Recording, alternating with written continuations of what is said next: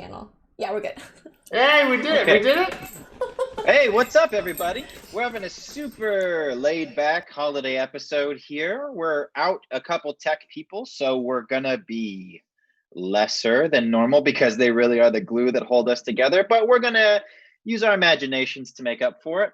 We This got is Lisa. Void Jumpers. We got Lisa. Lisa's running tech for us tonight.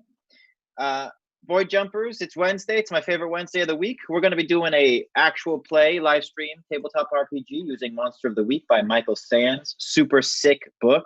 Check it out if you haven't already. It's what we use, and we made up a bunch of our own rules to do some cool sci-fi, space, opera, magic-y stuff with it. Tonight's episode is going to be part 2 of our holiday episode. Our last episode was fucking crazy. And check it out if you can. Probably not necessary for this one because we're going to do some more crazy stuff, or maybe super necessary. I don't know. Let's see what my notes say. I was going to, tonight we're going to be going through a memory of one of the big bad characters of our show. But Merc Worky wrote a little fanfic about the past instance of when this would have actually happened the first time. It's just a snippet, a little moment of a crazy magical action sequence. I read it a little bit ago. Love it. Check it out. Merc Worky. It's probably on our Discord, or you could follow her on, what's her Tumblr called, Connor? Something with a reindeer? I don't know the Merc, URL. drop your link in the thing so people can read your cool work, please. I think it's an odd reindeer. Yes. That's it for me. I'm going to bump it over to Trin real quick for Democracy Corner. Trin, what's up? Hey, everybody. I just wanted to say thank you so much for joining us on these adventures, but also joining us in our Democracy Corner and Democracy Adventures. And I want to encourage all of you, if you don't already know who your local representatives are at every level, that will be your tasks for the coming new year, is to figure out who those representatives are, make a list of them, and how to get in contact with them. So the next time you see something that you're pissed off about, you don't have to go hunt up their information. You just look at the sheet that you already have and then let them know how you feel. Would you recommend Cool. the term butt munch to open all emails to our local representatives? Like, for example, Well, there may be a very rare occasion in which you like something that your elected representative has done and want to let them know. And I think in those circumstances, you probably don't want to start with butt munch unless you have a very close relationship with them. or In if, which it's- case, by all means. if you're leaving a voicemail, I suppose you could inflect it like, I hey. guess as long as you keep it professional, like dear butt munch, just don't start it just butt munch. You got to start it with Sir Honorable Butt Munch. Or Would you say that dearest butt munch kind of crosses the line of professionalism? it's too familiar. Yeah, dearest butt munch, definitely too familiar. But munch is my new favorite word. I'm going to use it for the next couple weeks. So my family better watch out. I've now said it so many times in a row that it doesn't sound like real words anymore. Bryn, could you tell us All right.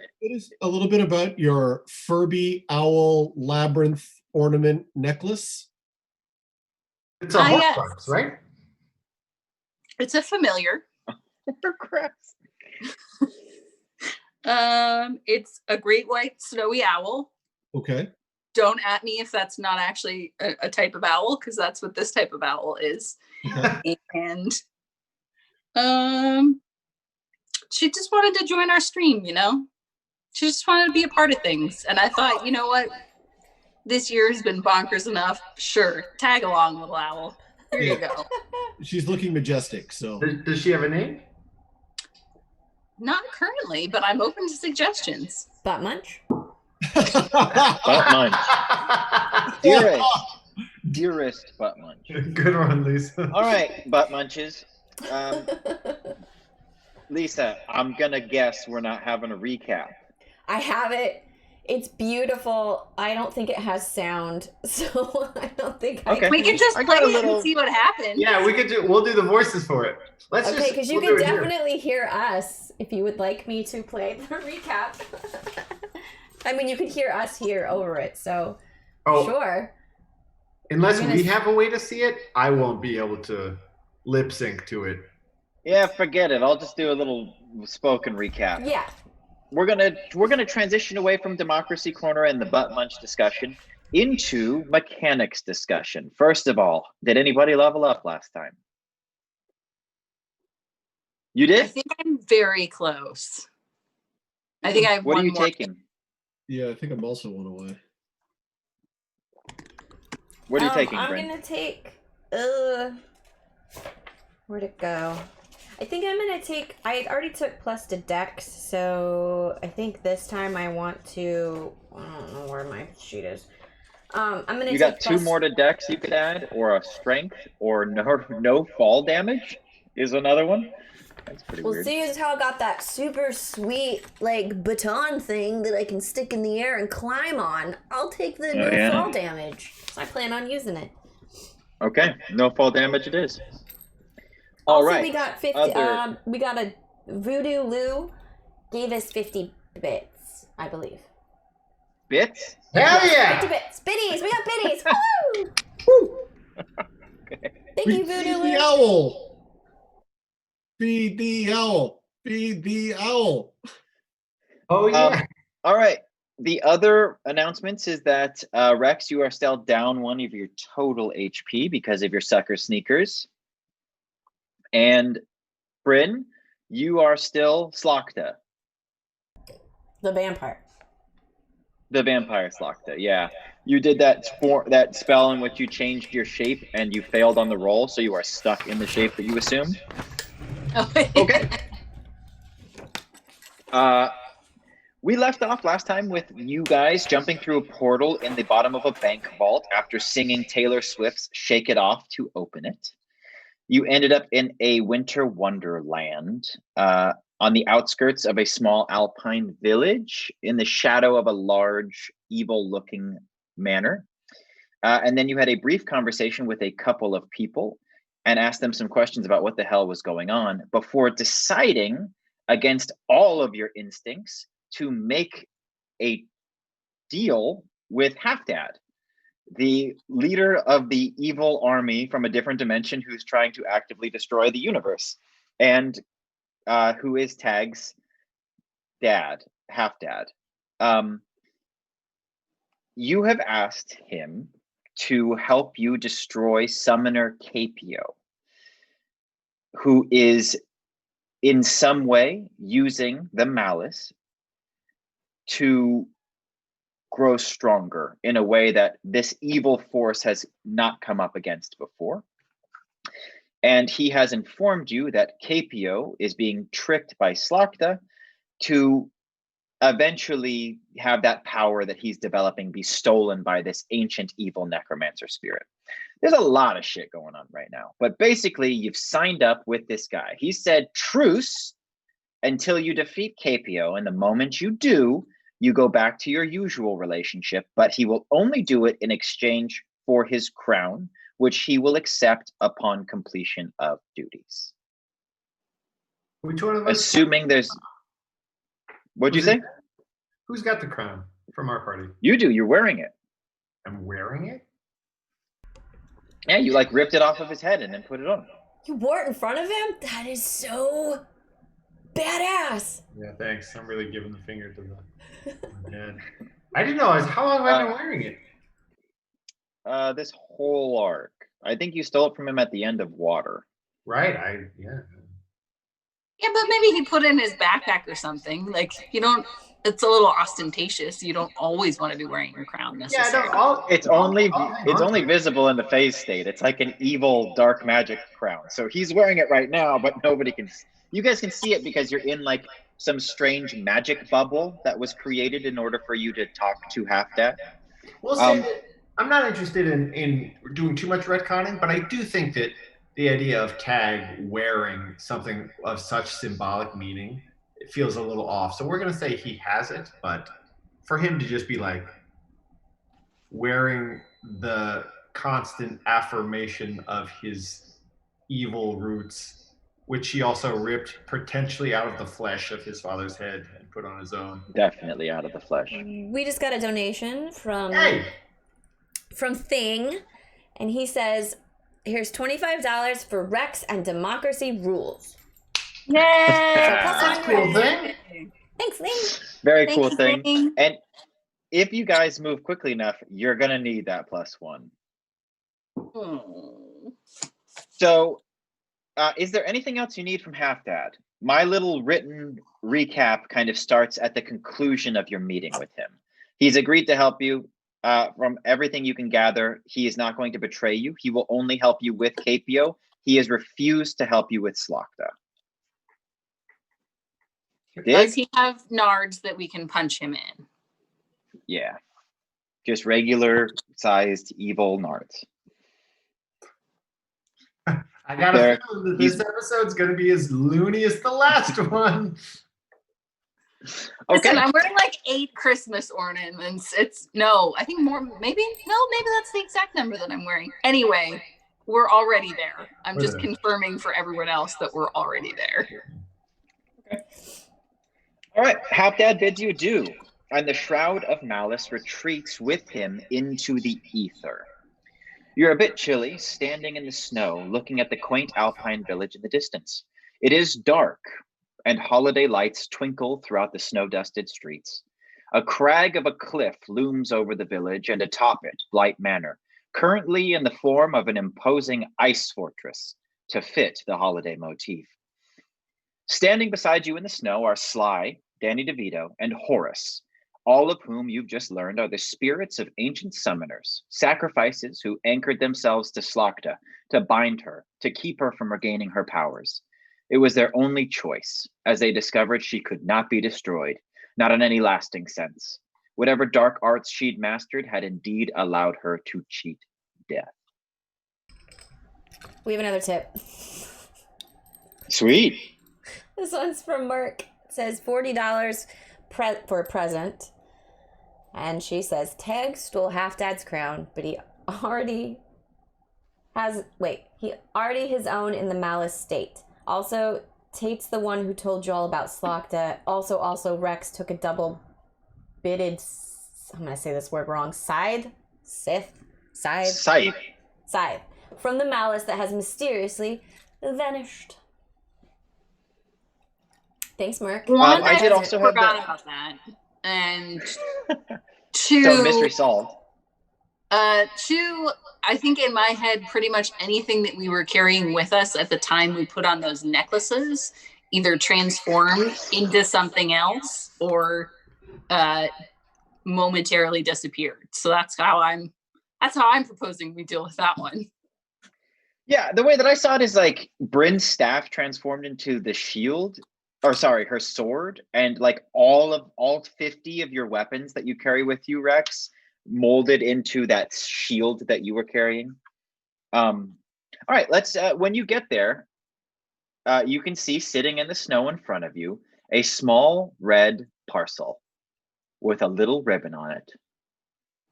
And it says, to Bryn. Let's add more to the mix. I like to see it. I'm like, 13. Okay, when you open it, it is cold to the touch, and it says to Bryn from Mrs. Claus. You find a small snow globe with the figure of an ice skating penguin inside. It will behave like a normal snow globe when shaken, but if you smash it, it will explode out to cover a, and I don't know if this is a typo or not, but it is what is being kept, Merc. When smashed, it explodes out to cover a 100-meter radius.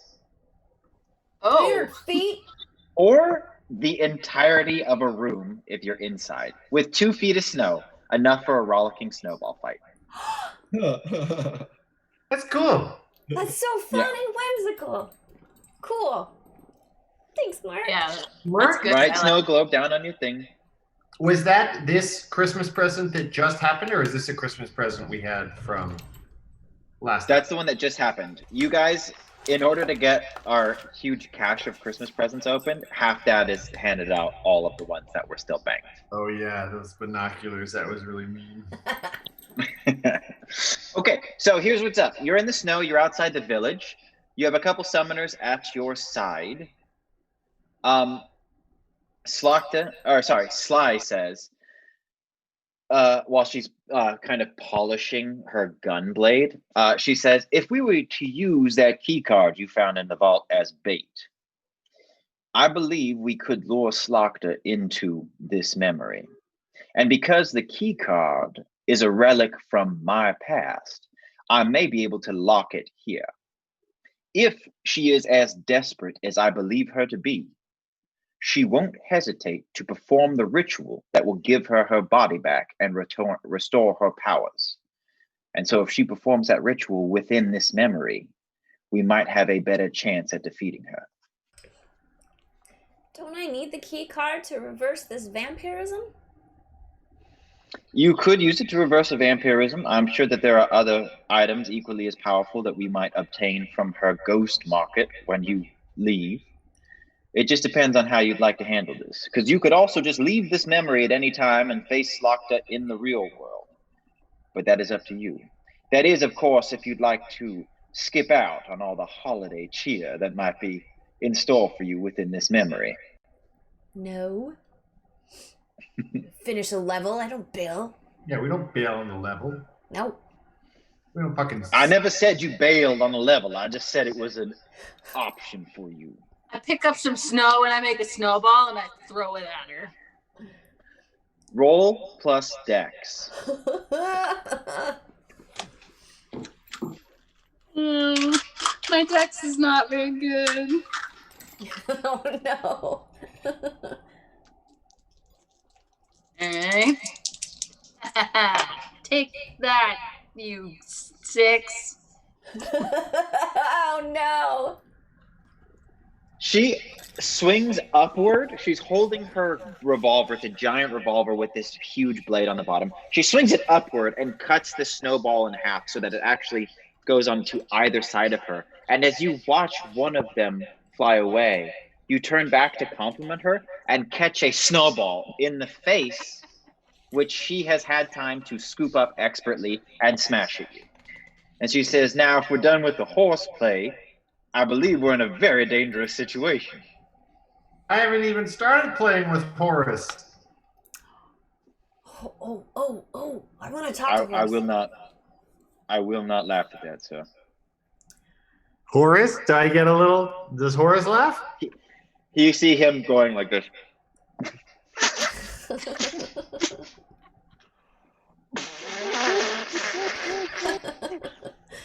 Horace is a simpleton and he will laugh at a silly face. Well, then he's going to be doing a lot of laughing looking at all of us. Okay, this is getting a little out of hand here. Clyde, Look. we just need you to crack a smile, okay? We're going up against some pretty steep odds. If you haven't noticed, one of the ways in which we combat evil is through laughter. So we need to break the ice here, seeing as we're in a winter wonderland. I will not laugh at puns. There is no pun you could make that will make me laugh. Look, I think you would agree that your dungeon master has plenty of silly characters. I'm one of the cool stoic ones, and that's just the way it's going to be. We're going to be fighting Slaughter probably by the end of this level, and she's a fucking nutcase, so she'll do and say whatever you want, but not me. I'm cool as a cucumber. Well, that's good. We could use that. Hey, it looks like we got Now, another present. From who? And I'm trying to do the English robot voice in my head. please do. Present specifically for Tag because that was a good pun.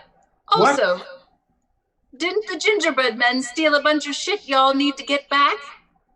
Slide's about to talk about it. She's about to talk about it, but you guys keep making puns. I have it written into my notes. Her next line I will read. Complimented me on a pun. I really appreciate that so much.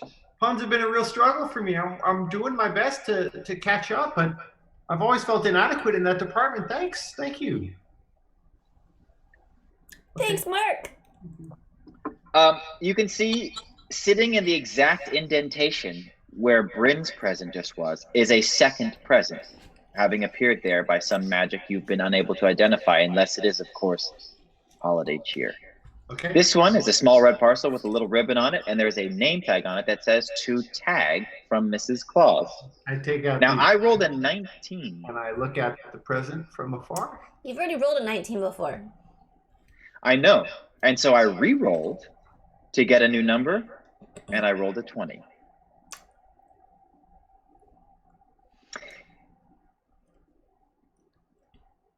Okay, yeah. So you tear into this package.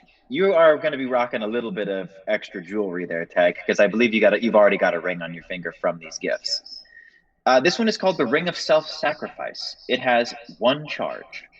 The wearer of the ring may choose to have all the damage dealt to another, friend or foe, dealt to them instead. Whatever the original damage type, the damage done to the wearer is turned into magical. The target suffers no harm.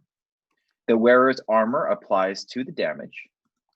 Ring vanishes in a flash of glorious light upon. So you basically just take an attack for your friend no matter where you are on the field. Cool. Or an enemy. Like if you're really down with Slakta and you don't want her to die at the end of this, you could like save her.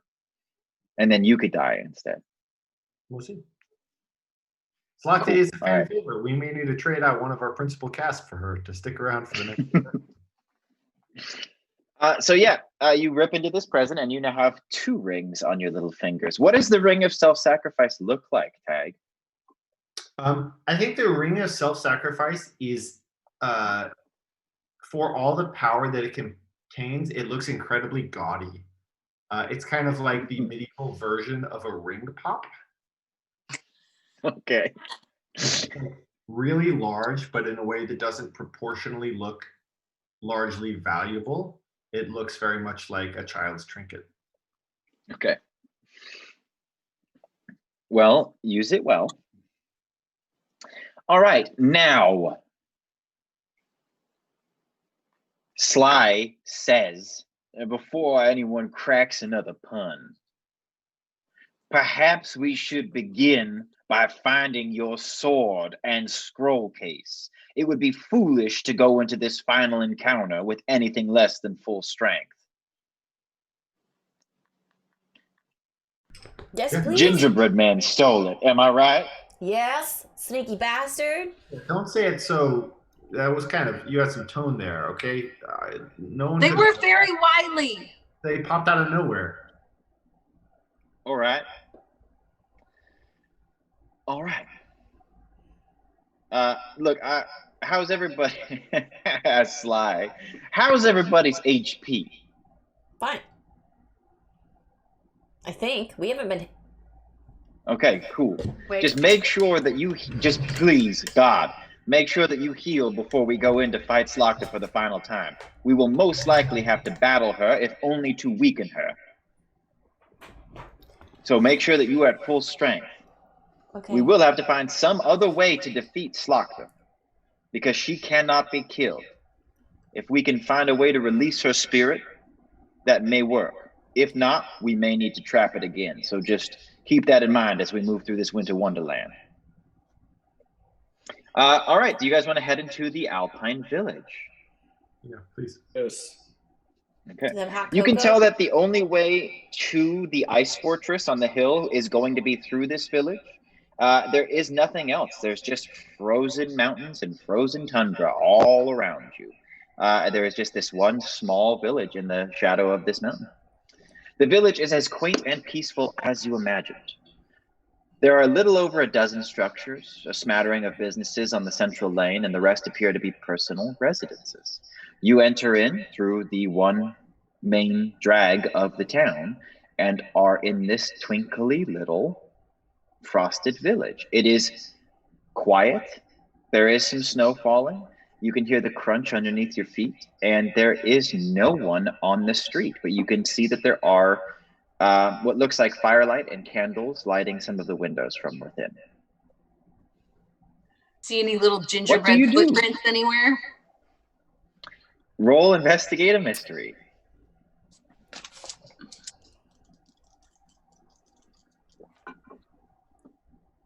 That is a 7. Okay, you're going to get 2 questions. I'll answer your first one.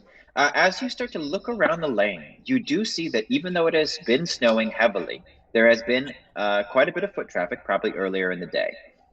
There are a lot of footprints, and they are all gingerbread sized. And as this kind of registers, you look again at the houses and see that they are all kind of gingerbread sized as well. Oh, we just got a What raid. is your second question? FYI. What does that mean? That means P4 podcast came and raided with some people. Thanks, Cool. people. From his own Welcome, stream. everybody. What's up? Thank you, welcome. Yay. This is my welcome dance. Oh, and they gave us a follow. Thanks so much, podcast. Thanks, podcast. Yay. All right, so you're in a gingerbread village. What's your second question there, Rex? Are the buildings also made of gingerbread, and can I eat them? I have something prepared for anybody who asks this question. Everything is made out of sweets. The light posts are candy canes, the walls of the structures gingerbread, their seams sealed with frostings. There are gumdrop shingles and licorice wreaths. You're in a gingerbread village. It is very clear that the inhabitants of this place are probably all gingerbread, at least gingerbread sized, and everything that you can see is made out of sweets. I'm very hungry. I start to eat a house. Okay. You're just going to be able to do that because it's the size of a house, and so you're not going to miss with your mouth.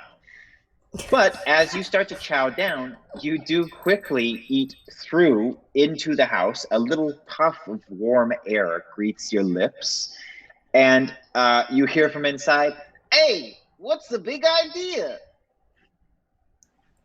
Sorry, I was very hungry and your house looked very delicious. I just wanted to try a little nibble to see what it was like, and then it was like something came over me and I couldn't stop eating.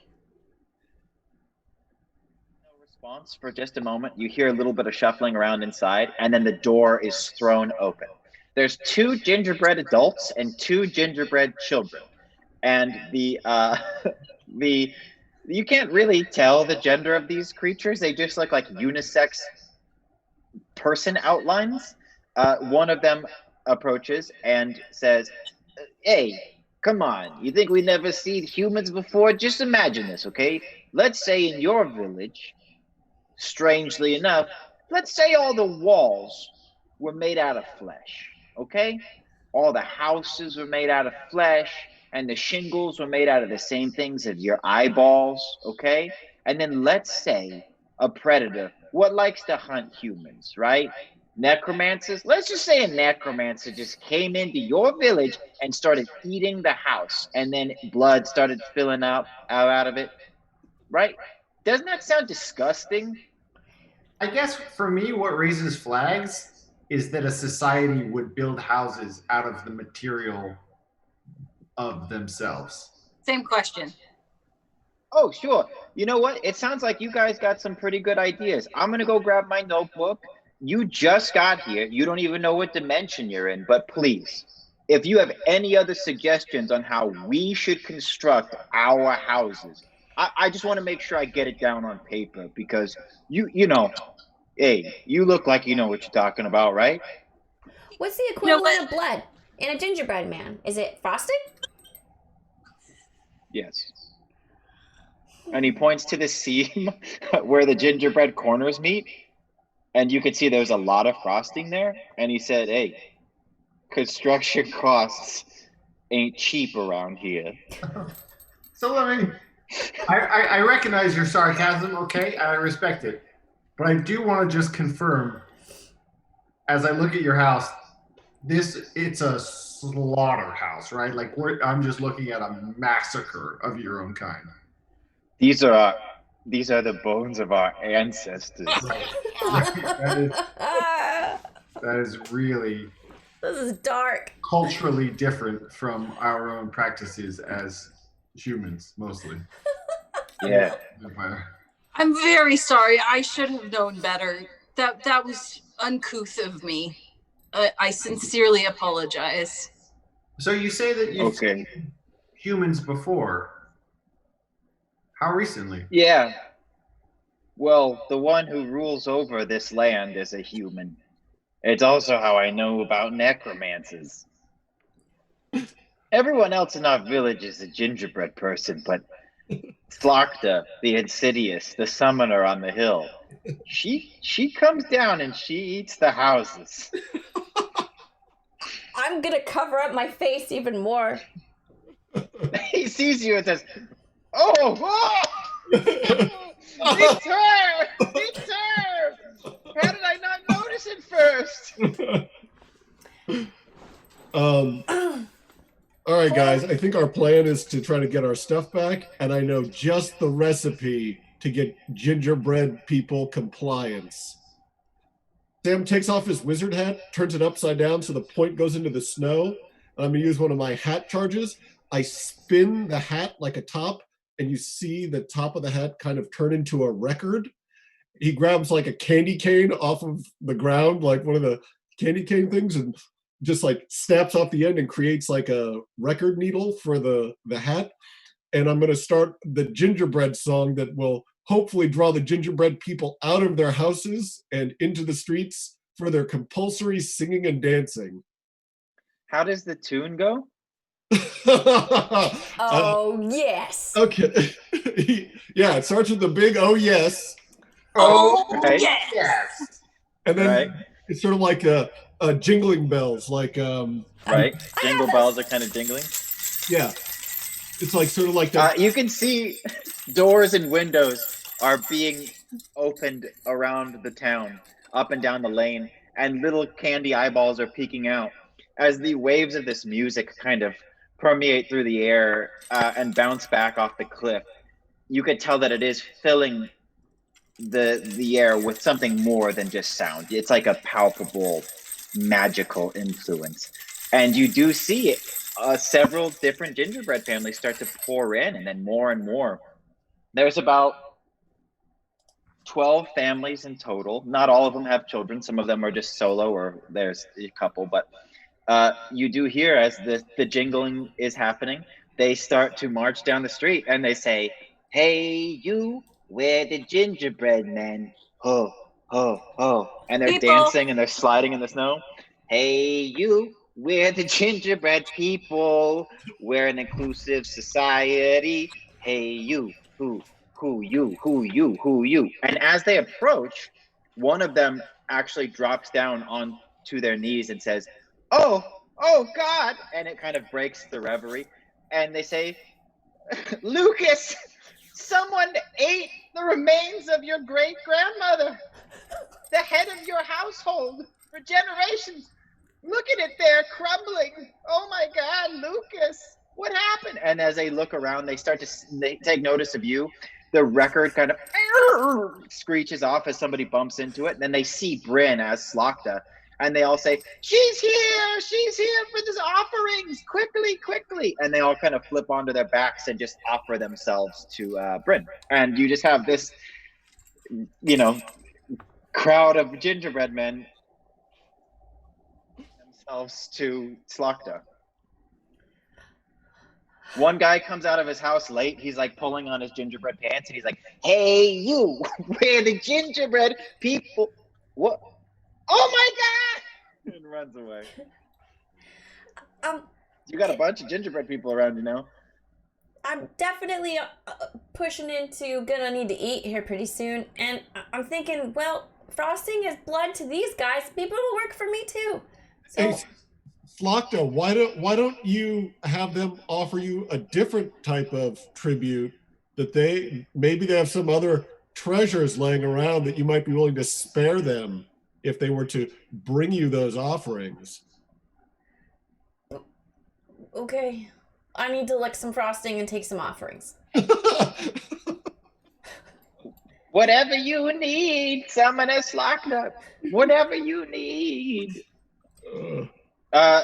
You go over to the wall and start to lick the frosting in front of your friends and all of the gingerbread people and God and everyone.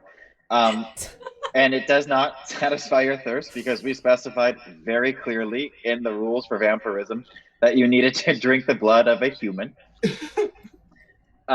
So there's just this quiet that comes over the town as they watch you licking this thing like a fun pop.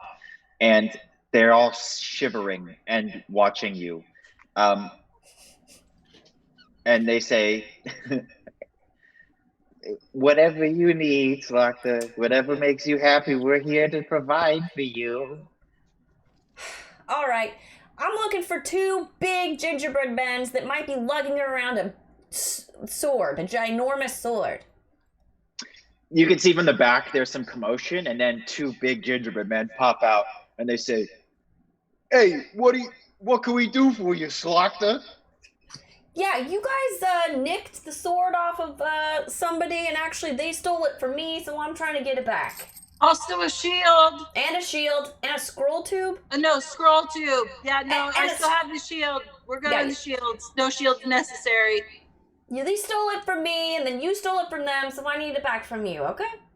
Yeah, we definitely stole that. We did it for the king. We took it to town hall where the gingerbread king is, and threw it in his vault. We don't have it. We're just peasants. Life in the gingerbread village is it's tough, and the class system is, present, and so Seriously, the gingerbread king rules all of us. these guys don't even have gumdrop buttons. Gingerbread people, I'm here as one of Slaughter's emissaries. Slaughter, would you give us just a moment? You had said that you wanted to see some of the parts of this town you hadn't seen before. Do you want to take a brief stroll? I'd like to have a word with these ginger peasants. Sure. Can you point me in the direction where I could get a very large glass of milk? Yes, there is I think just the tavern is going to be where you're going to go. Okay. There's a gingerbread tavern on the main drag where you are, a couple businesses down. You stroll down and find it pretty easily. We'll handle what Bryn does in the tavern in a second, but yes, please, emissary of Slaughter, what would you like to say to these ginger peasants? Ginger peasants, do you have an ambassador of your own, a leader of the town that I may speak with? Yes, and it's the one from the house which was originally eaten by Rex. Yes, the one with the tongue. Lucas, yes. Lucas. And he Tag kind of puts a show for waiting till Slaughter has gone around the corner and out of eavesdrop. And he says, "Ginger peasants, get up. Stop prostrating yourselves on the snow before this necromancer." They rise slowly but very uncertainly. Lucas, this is your ancestor has just been eaten as no more than a careless snack, and still you prostrate yourselves before this necromancer, pledging fealty, offering anything, including your own lives, the lives of your children. Look how many of you there are. I know that there is courage in the ginger people. Why do you not rebel? We've never had anybody strong enough to lead us. The gingerbread king has sworn fealty to Slaughter, more out of fear than loyalty, but he's pledged our town's allegiance to the summoner on the hill. Well, that's certainly understandable. I'm by no means questioning your bravery. These systems that exist they seem infinite and impenetrable. But think about it. She created you. But what right does that give her to rule you? You have agency, you have history, you have autonomy, you have a voice and a ginger body, do you not? Don't you have things that you want for your ginger children? Yes, freedom and prosperity and our own ovens. So we no longer have to go to the great baker on the hill to get children. We can create our own children's in ovens. I have so much because we're cookie people. Yes. Cookie people. Of course. Listen, Slokta is not as all powerful as you might believe. The three of 1, 2, 3. I don't know how to count when including myself. The three of us. Oh shit! There's like 6 of us here. A lot of you. Yeah, a bunch of NPCs. We are but pretending to be emissaries of the necromancer. We have in fact infiltrated her ranks with the intention to overthrow her. We would be honored to use our own rebellion as a chance to uplift, to instigate the Ginger Rebellion alongside us. I know that this is a lot to ask, but keep your ears to the ground. If this is something that you're interested in, yes, Emissary Rex. You are You're on muted. mute, Emissary. Yes, I was contemplating the mysteries of the world. I was just I wondered if they would understand what the meaning of keep their ear to the ground is, because that's an idiom they may not be familiar with, given that they do not have ears. This one has little faith in our culture. Would you not say that? I am so sorry. I am not.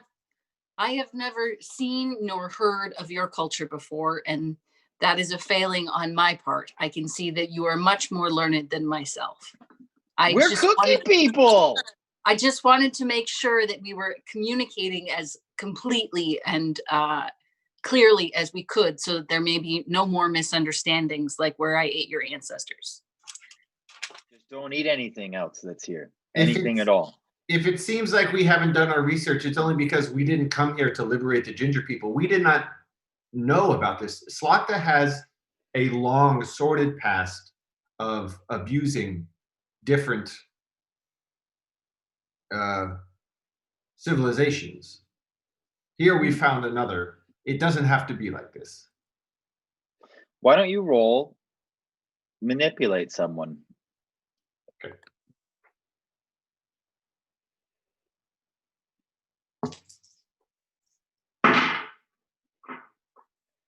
Eight. Okay. They seem interested in the idea, but very scared. They're not going to be an immediate resource, but they're not going to try to steal your stuff anymore. They will show you the way to town hall, where you can plead your case to the gingerbread king.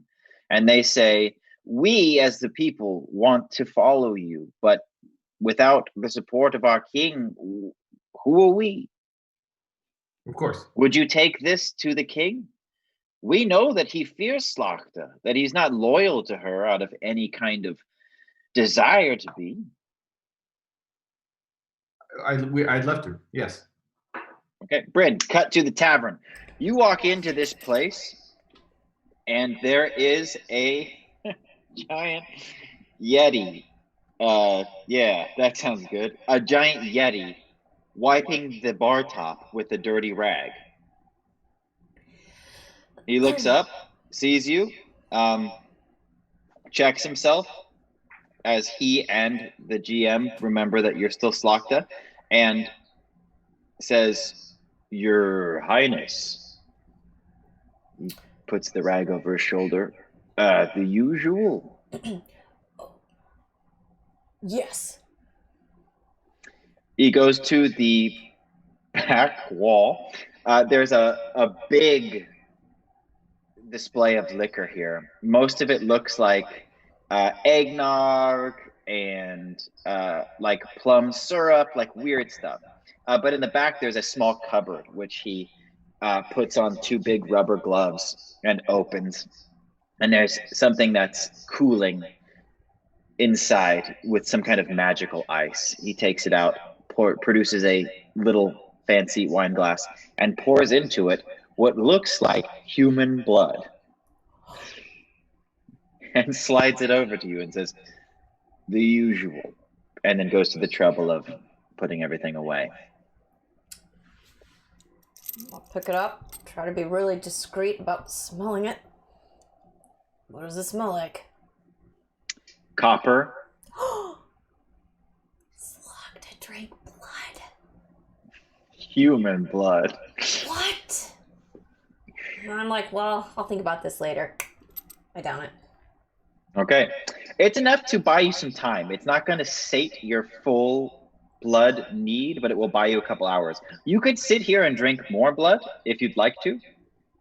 You sicko, but just the one shot ain't going to do it. It's okay. I'll just be like, so, Fetty, what's up with the king right now? How's he feeling? I assume he's feeling good. He's recently had a successful raid into an alternate dimension and brought back some very powerful magical items, which he was bragging about in the bar earlier tonight.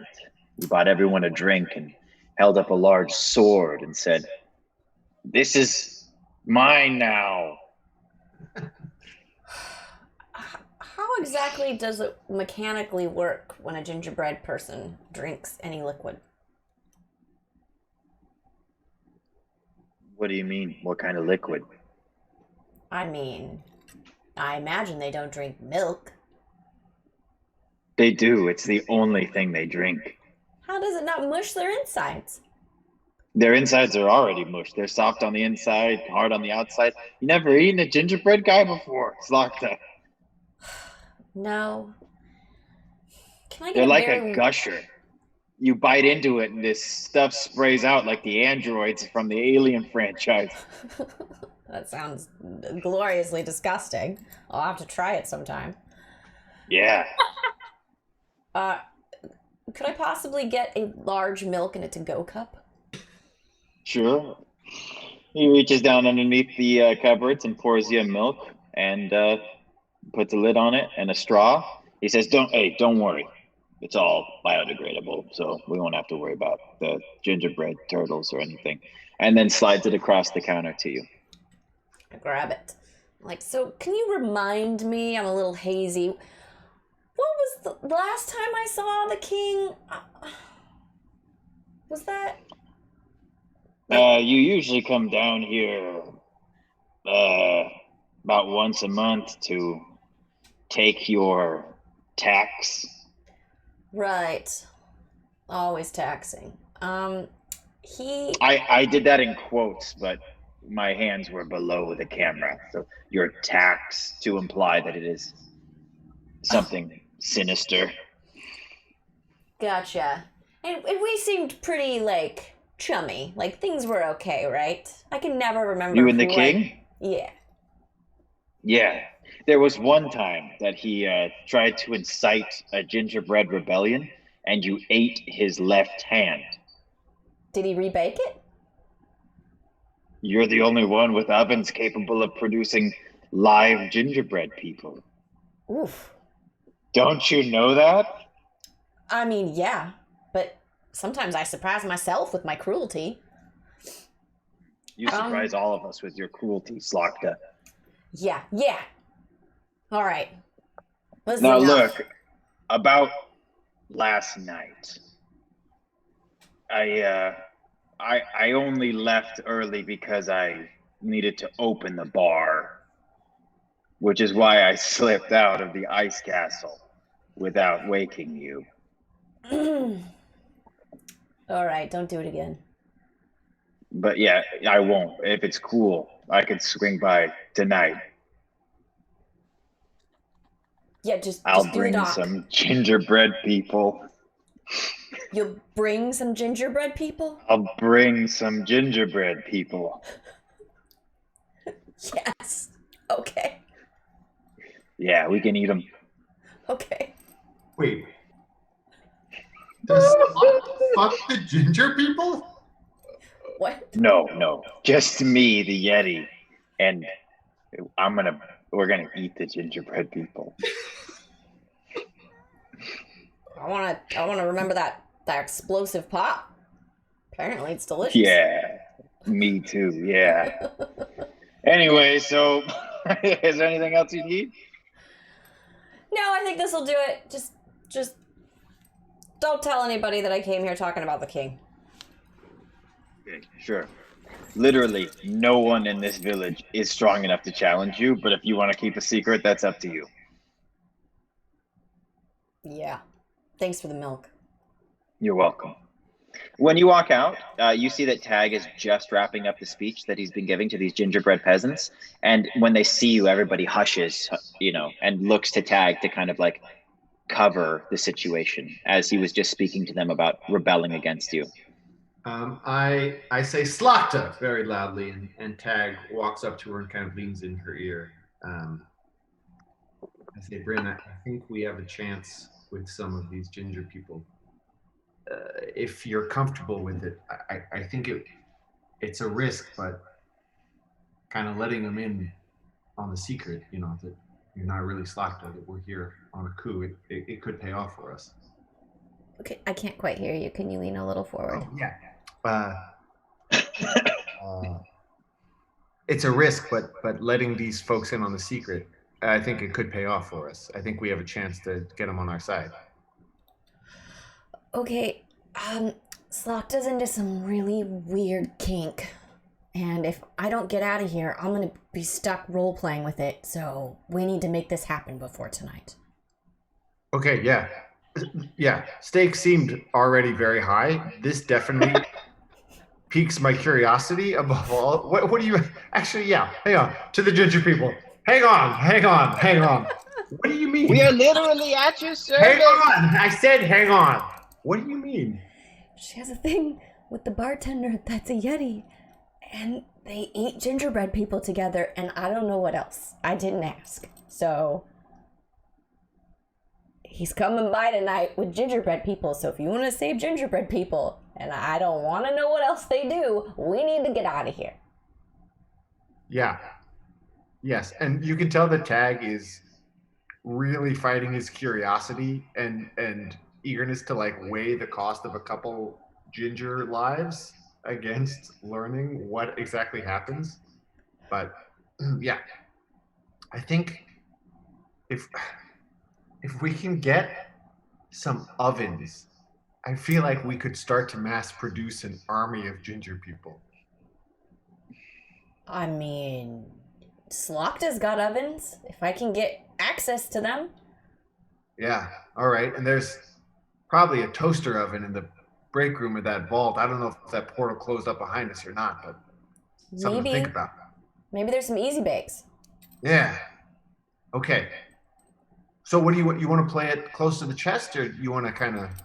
I think so. I think I gotta play it close to the chest. She's got something going with the Cookie King and. She does weird sex stuff with the Yeti bartender and the Cookie King. Well, the Yeti insinuated that she taxes the Cookie King. So I don't know what euphemism. You took that sexually? You gave me the quotes. I don't know what that means. I said sinister. I didn't say sexually. I said she's got some deal going on with the Cookie King about taxing. I did exactly what you did. I don't know. She's crazy. So, and apparently she bit off his left hand. All right, ginger people. Get up. They do. Lotta has sated her appetite for the moment, but don't think that it's not just 1 second away from returning with a vengeance. A wail cascades through the group.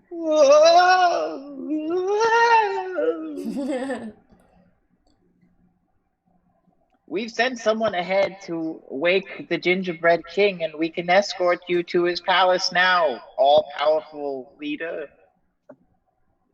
Make haste, please. They form 2 lines on either side of your party and march you through the town. The town hall is by far the largest building in town, but it does not compare to the ice fortress on the hill. It too is made of the bones of gingerbread elders and sealed with their ancient blood. It is a very large 2-story quasi castle, quasi town hall made out of candy. The doors aren't locked. Lucas, the gingerbread ambassador, leads you in. and stops outside the door, the double doors inside, and says, "All right, he's right inside there." Wait, how big is this house? It's like it's pretty big. I mean, for gingerbread stuff. Okay, I was seeing this all as like gingerbread people, like tiny little people in tiny little houses. Are they life size? I will re-visualize this whole thing. They're like 2 feet tall, so it's bigger than you were imagining, but not full Okay. scale. Okay. So you guys are actually on your hands and knees crawling through these doors trying to get inside as the gingerbread people. The ones in the town hall are a little bit larger. I smell the Are you going gingerbread in? as we're crawling in, and it smells really good. One of them catches your mouth watering out of the side of their eyes, and you could tell that they're disgusted. They make houses out of their people. It'd be like if we made, I don't know, pigs lived in bacon houses or something, and pigs also thought bacon was delicious. It's just wrong. Pigs do think bacon. What you're doing is taking your life and the things that you've seen and trying to force our practices into the molds you are comfortable with. This is true. Okay? This is true. You're right. What do you do with your dead? What do you do with them? Light them on fire? Oh, yeah, that's normal. Bury them What? in the ground? Oh, good, yeah. Things aren't strange to you because you've known them your entire lives. But to me, that is insane. I guess I can understand that. Although we don't eat our dead. Neither do we. You eat our dead. Oh, that's true. We didn't like it at all. You are delicious. Me and the rest of these gingerbread people who are standing behind me, there's about 12 of them. We're out of here, okay? We're sorry. We're I'm leaving. sorry. I sincerely apologize. It is a testament to how delicious you are that I am so drawn to your culture and your people. I'm just gonna stop you right there. You're not gonna fix this with words, lady. That's fair. I do understand that. What is there And they anything I leave. can do? Just don't eat anything here, okay? Okay. Whatever you think is gonna be cool to eat, it might even be like a basket of bread on the table. Just check with somebody first, okay? Of course. Those might be our young, now that I'm thinking about it. Oh, do you guys have a high infant mortality rate? Yeah? Yeah. I heard about the ginger polio that ran through this village many years ago. I'm terribly sorry for your guys' losses. What'd you hear? I've heard a lot. I've actually studied a lot of the gingerbread culture. I was actually a little surprised. You guys have been a favorite in the fantasy games for so long, winning almost every race imaginable. Nobody in history is as fast as the gingerbread. The gingerbread people. I think it's just a predilection of your kind. Honestly, we actually grew up. Yeah. Most of my allies have heard legends of your people without even realizing it. Run as fast as you can. You can't catch him. He's the gingerbread man. Mm-hmm. Yeah. Burke just said something. I don't know if it's entirely appropriate for me to repeat it, but it's very funny. She says that Puck's Is a it master. about some of the weird sex stuff? She said Puck's a master baker. That's true. That's true. If anybody could, resurrect thousands and thousands of gingerbread people in a record time, it would be that guy. Wait, Slokta, you mentioned that, I'm kind of speaking aside to her, you sort of mentioned that old Sasquatch. Yeti. Yeah, tomato. You know, he may have like departed early from your rendezvous. Does that, maybe presume that there is a secret way in? Like a sort of, if you got like a little side hustle, maybe you could, get us snuck in, and I could start baking, and we could release an onslaught from within Slocta Sanctum. Yes. What do we do with the current Slocta, though? If she... Oh, no, she's not expecting him. Did he say we're still on, or did he ask me if you want to get together tonight? I can't remember. Well, he said, I think you,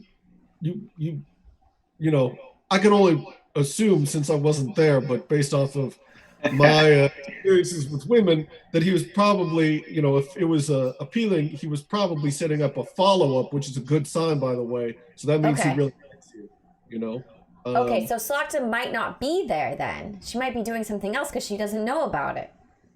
She's just, independent. She's got a kingdom to run and terrorize.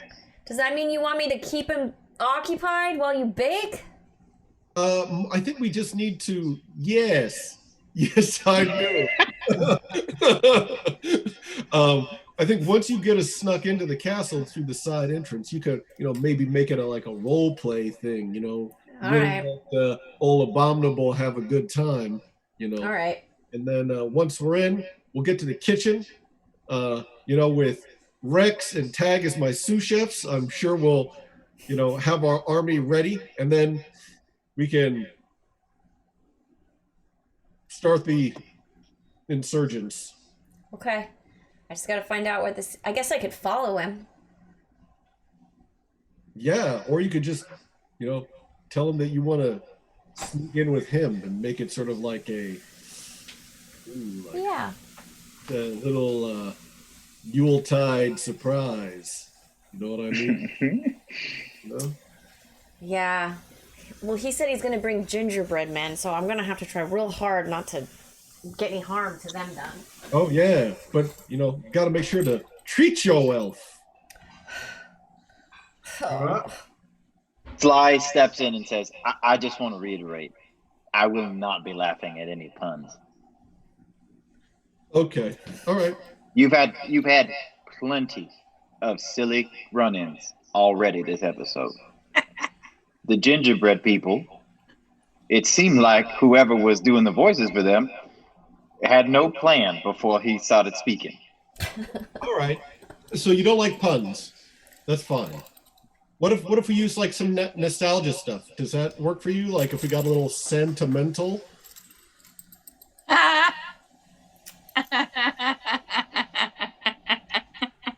No. Okay. All right. Tough crowd. That's fine. That's fine. That's fine. It's all right. Look, let's just blow off all the pun stuff. We'll just go to like the gingerbread, strip joint, and we could just make it rain. I think that one was possibly over my head, but even if it wasn't, I doubt I would have found any joy in it. All right. That's fine. I just, that's fine. One of the little gingerbread people tugs on your robes, wizard, and says, "It's a little gingerbread kid." And they say, "Is there anything else you'll need out of us?" Yes. Every able-bodied ginger person needs to find and sharpen a candy cane. Okay, you will be able to get an army out of them, but their cost is from Tag's roll, so you will have to get the king on your side. But there will be nothing stopping you other than your own resourcefulness to turn this gingerbread peasantry into a gingerbread army, as well as getting into Slocta's castle to bake to further its ranks. So that is all at your disposal. But if you want the willing cooperation of current gingerbread people, you will have to appeal to the king. To the king. Okay, so the gingerbread people scatter out and they will await your orders. It will be easy for them to disperse whatever intel you need. You won't have to find them again. They can do it themselves. You walk into the throne room. It is tall enough for you all to stand at full height because the gingerbread king, taller by half than his gingerbread associates, wears a crown made of hard candy and a cape of red velvet cake. His left hand is missing. His gumdrop eyes glow with a fiery intensity. I didn't think about a voice for him. He's probably British, right?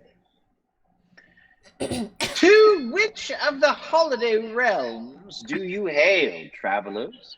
And why have you trespassed on my kingdom? And then he sees Slokta and goes, and swallows one of his gumdrop teeth and goes,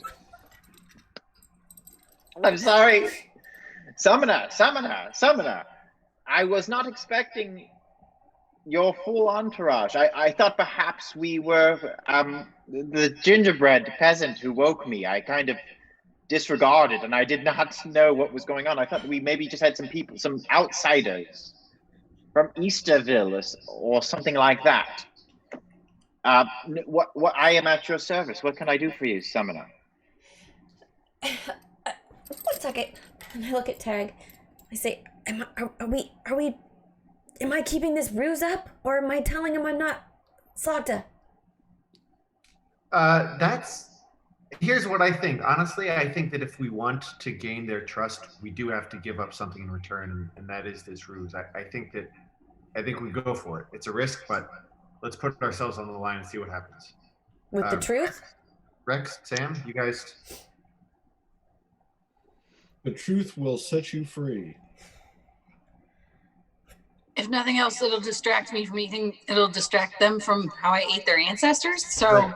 Yeah. Is Rex eating something right now? Has Rex taken? It sounded like she said it would keep her from eating more. Like maybe she's. Tag just very gently puts his hand on her arm. Hey, buddy. I get it. I just think we have to wait a little longer. yeah, I used to be really disgusted by Bryn's whole thing with blood, but I get it now. Yeah.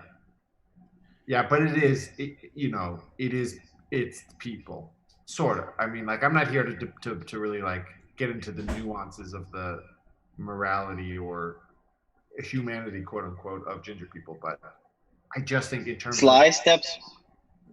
Sly enters into your conversation quietly and says, now, here's what's interesting. I've never seen this place as a winter wonderland before. It is a recreation of the village, mountain, and castle where we defeated Slokta the first time. It seems like the veneer is the only thing that's been changed. So, there is a chance that these are people. So,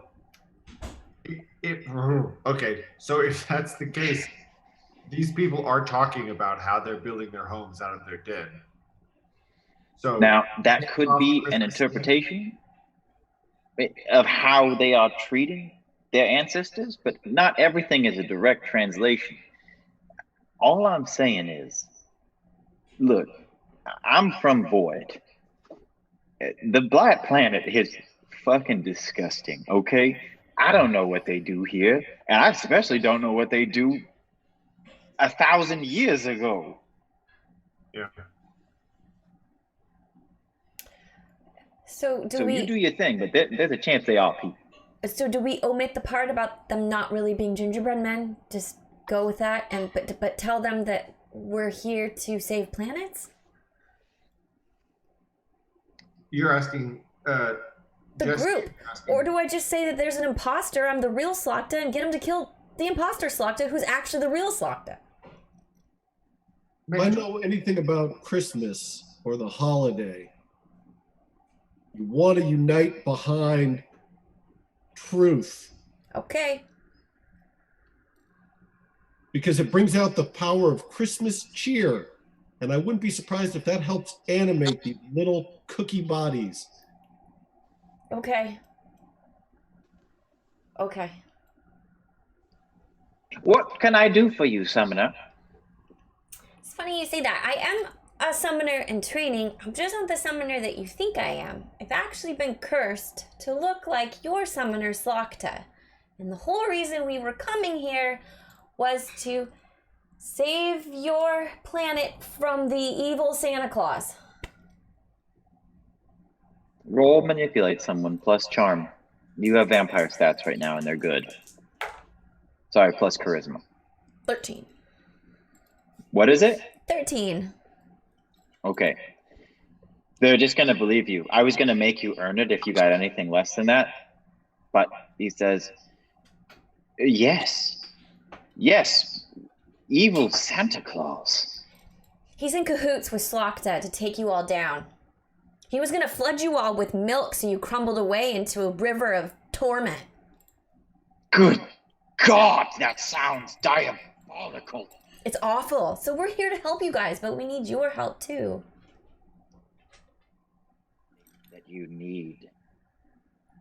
We You're need... not Slokta?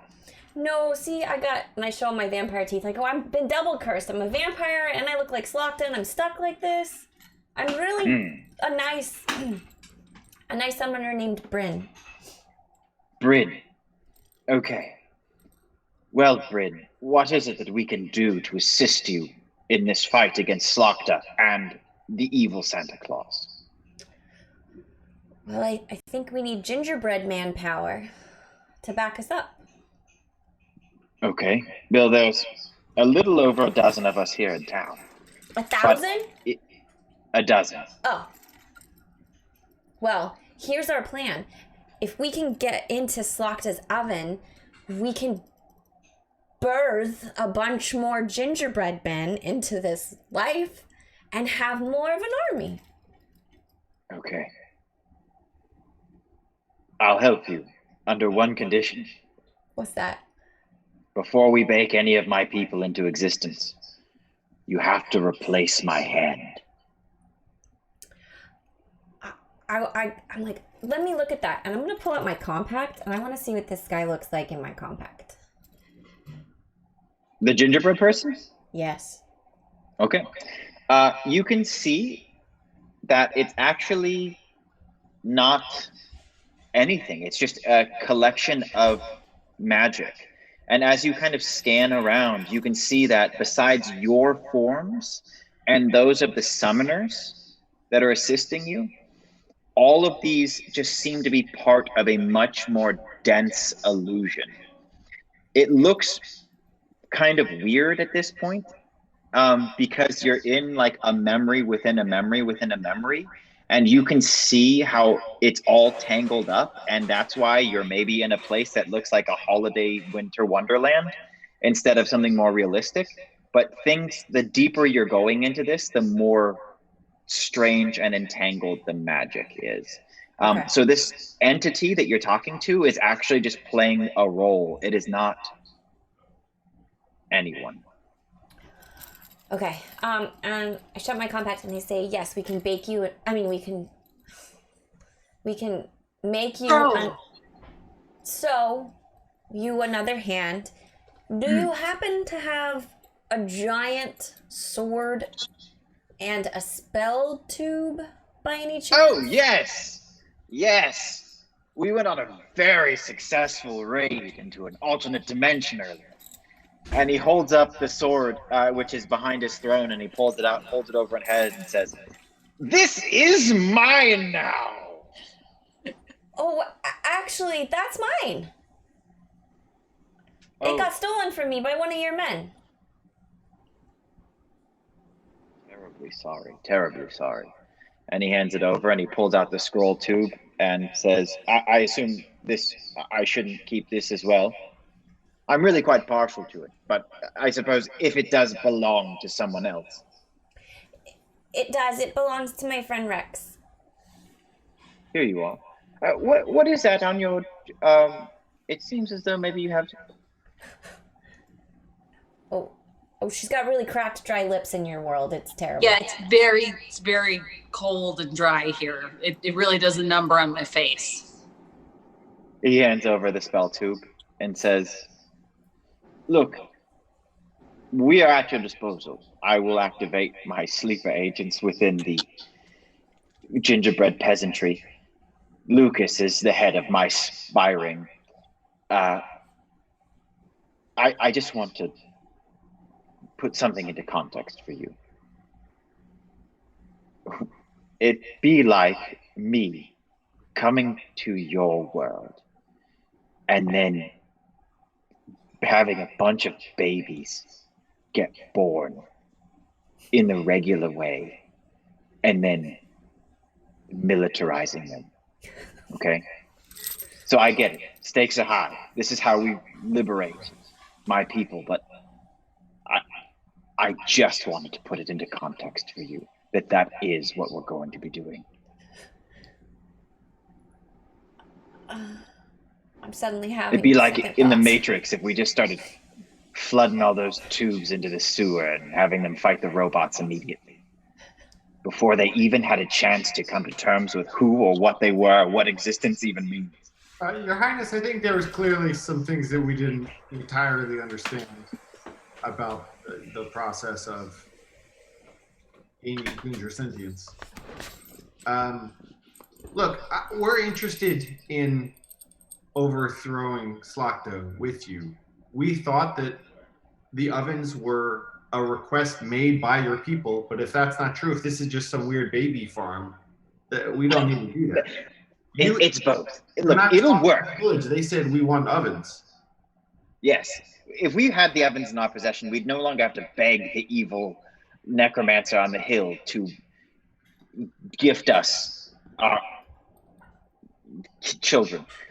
With the ovens in control, we will be able to deal with our own population. Look, it'll work. I'm not trying to talk you out of it. I simply wanted to put it into context for you.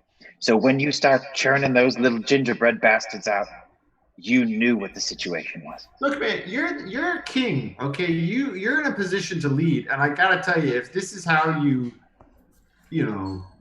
muster the insurrection, it is a deeply challenging train to jump on board with.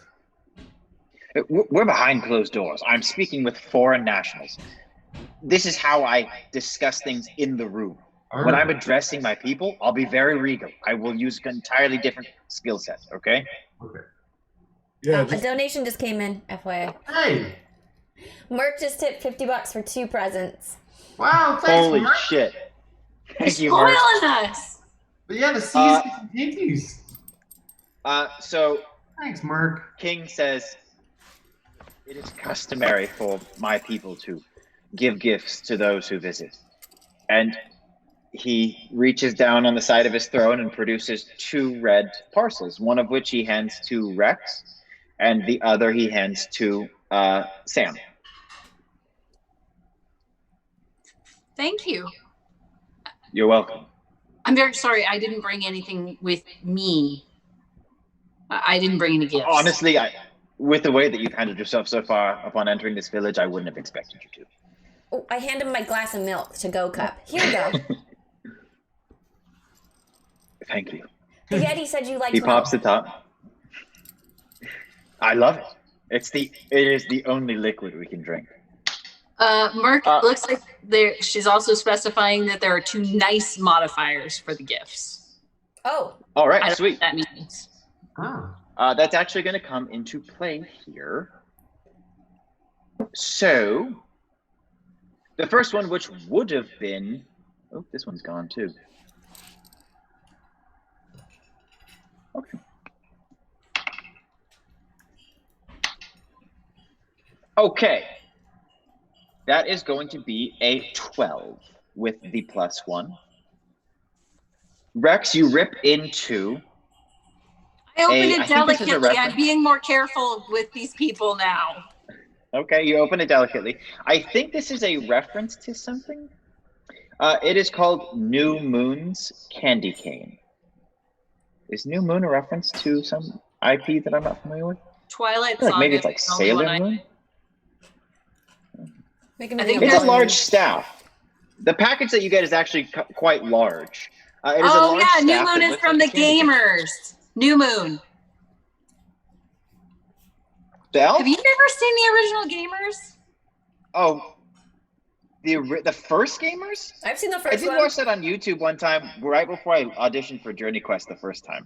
So I've only seen it once, and I watched it for free on YouTube. That's the truth. I've seen Gamers Darkness Rising like 8 times. I've only seen the first Gamers once. Apparently, New What do you Moon want has- from me? Nothing. I was It's a just gonna candy say cane that staff. according to Merck, New Moon has a serious peppermint addiction. Okay. Well, good, because when you lick this, it tastes like peppermint. It also will do 2 magical harm when used as a weapon, or 3 if you make berserking sand people noises first. Obviously. Yep. Okay, so you got a candy cane that does 2 magic, or 3 if you're doing sand people noises. Okay, and Sam, your present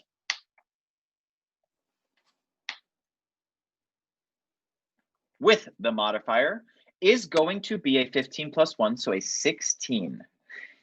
Sam, your case is a little bit long as well, not quite as long as the staff. When you open it, you see a beautiful rapier made of polished ice with a snowflake for a bell guard. It is an icicle sword, which has a chance of inflicting dex penalties on its target upon hit, which will do, it says frostbite / freeze solid effects. So I think that the way that you will be affecting their dex is you will be freezing them. Okay. What a ice touch. Tag looks at Sly, raises his eyebrows. I'm rather stubborn. Okay. The I less of a thing we make of it, the less I will seem like a jerk. No, you're wrong, because now your stoic face is part of the fun for me. It's watching you just be like, Well, I've got that all day. Your Majesty.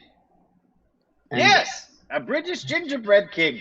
out of game, I must say that this is an idea stolen from chat. That as I looked at what these gifts from work were, I saw this note as well, and I thought, how brilliant! I'm going to take it. So I am. Your Majesty, I can't get this sort of puppy mill idea out of my head, and I don't know that it's right to upset the ecology of your world by just mass producing militarized ginger babies. But as I understand it, everything in this world is ginger bread. What if we were to use these ovens to build ginger tanks, ginger arms of a sort, ginger beasts, ginger helicopters, ginger Yes.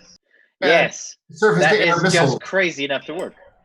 Listen, the ovens will imbue functionality or life, depending on what is necessary, into whatever type of gingerbread thing is made inside of it. So, if you'd like to make gingerbread armor being a placeholder here for any array of vehicles or weaponry, we'll be able to do that. Okay, You'll need to buy us some time. I can go down there and handle it myself. If there is one of you who is proclivity for cooking that would like to assist and kind of oversee the operation, that would be fine as well. But you'll need to buy us some time inside the ice fortress in order for us to get this underway. Buy us some time with Slokta? Yes. Well, Slokta is having a rendezvous with the Yeti that I set up, so maybe he could keep her busy? I thought that maybe there was something going on between them. Oh, there's something going on and it's weird. I didn't think it was strange. I just thought it was... No, fine. I mean, yeah. Feel free to also pick apart the relationships of this culture as well. Whatever. Is Slokta part of your culture? She rules us with an iron fist. All right. Stockholm syndrome. Her word is law. Right. Yes. Look, we will do. I think, unless you have something for us, we're eager to get this plan underway. Absolutely, yes. So, mechanically speaking, you will be able to get to the ice fortress without any problem. Sly knows the way because she took it once to fight Slokta before. The king will get his little spy network operating, and they will be able to use the Yeti as a way into the castle secretly. The Yeti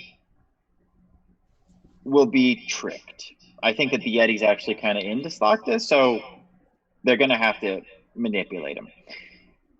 How would you guys like to approach this? Is everybody going in the front door, or you said earlier, Sam/Puck, that maybe Puck wanted to be part of the cooking? Yeah, Puck is definitely going to be unleashed in the kitchen. Sam is going to wait until the last minute before he gives up his, himself. So. Okay. So everybody will be able to get where they want to go. There will be no rolls or anything necessary. Is there anything else you want to do in the gingerbread village before you leave? Rex? Do you want to build a snowman? Before we fight a necro? The way this will work is you guys are going to go into the ice fortress. The answer is, of course, yes. You will have to. I've given you magic ovens to animate gingerbread stuff.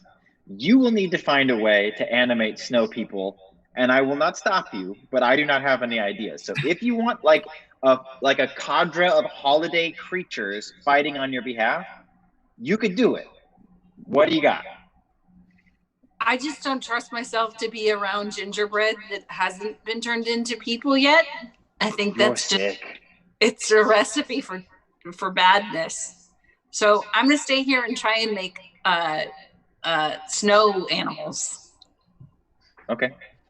So Rex, you're staying behind in the town to make a snow army. Puck is going into the secret entrance with the gingerbread people to make a gingerbread arsenal, which leaves Tag and Bryn and the summoners going in the front door.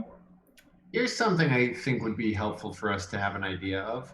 Where do we want to try to position ourselves for this showdown? Do we want to have it in her castle, or do we want to bring her here? I think we would be at a disadvantage in her castle because she knows all the secret entrances and all the stuff. It'd be better to be out in the open, I would think. Great. Then I think Tag is going to take it upon himself to, in homage to another great holiday favorite, Home Alone the shit out of the gingerbread town. Okay.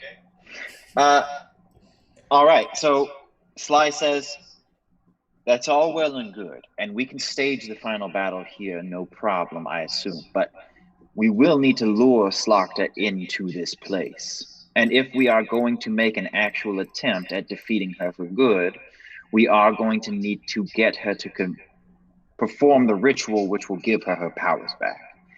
It is a risk, but we cannot defeat her in her deceased form. She is a shadow of her former self. We need to give her an actual reason to be alive, which means that Danny DeVito, Horace, and I could escort Bryn to the ice fortress. We could lure her there with the key card, and once she has completed the ritual, retreat to the gingerbread Home Alone snow creature place. If she leaves the ice fortress, that would leave the front door open, and then the gingerbread army could attack from the rear. Gandalf at the end of Helm's Deep, if you will, charging down the hill. It might just work. Also a Christmas movie. Merc says that there's 2 more gifts in the store that we have not opened. And before we go into this final battle, I've been waiting for the right moment to give you these. She produces 2 little red packages and gives them to you. And says, these are for the party at large. So whoever would like to open them, feel free. Tag starts to rip into one, gets kind of halfway through, and then looks up and goes, "Oh, does any?" No, you take it. No, I didn't. I just sorry. No, you take it. I don't know that you've been given very many gifts in your life. You deserve it. Okay. Well, now it feels like a pity gift, but a pity gift is still a gift. So Tag. Okay. Yeah. You open it and find 1 white candle. Once lit, it cannot be put out for 8 days. It gives light even under conditions where it is absolutely impossible for it to do so. and undead or blighted creatures suffer penalties within its radius. That's a good one. Um, All right, that was on a 17. Those penalties are not specified, so I think we're going to be a little loose narratively, and whatever you can come up with, we'll probably just have you roll for. And the other present, who's opening that? I mean, I still have 2 gifts left to use, so if somebody else doesn't have very many in their arsenal, you should take it. Wizard, how many gifts have you received? 2, I think. All right, you rip into this next one. It is a small one. It is a cup of cheer, a large festive stein. Once a day, it'll turn any liquid that is placed in it into a cup of cheer, which heals the user 2 harm and alleviates minor curses and psychological conditions. Woo! Wow, that's sort of spot on. You've been drinking a lot of that. Amazing. Just one psychological condition at a time. So by this time next year, Sam will be good to go. Okay, so I think that positions us at the precipice of the boss sequence, which we're about to enter. We're going to take a quick break, 2 minutes. I believe the protocol is to turn off and mute ourselves. Yeah, I'm going to throw up the only background I have on my OBS, so I'm going to apologize. We'll be back in 2 minutes, everybody.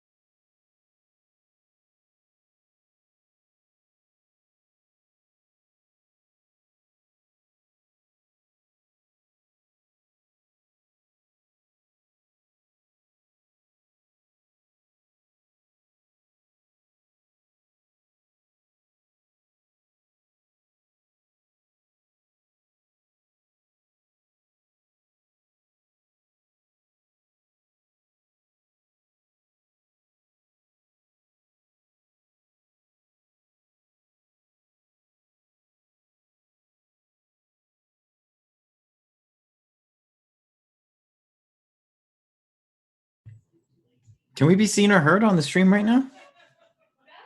Okay.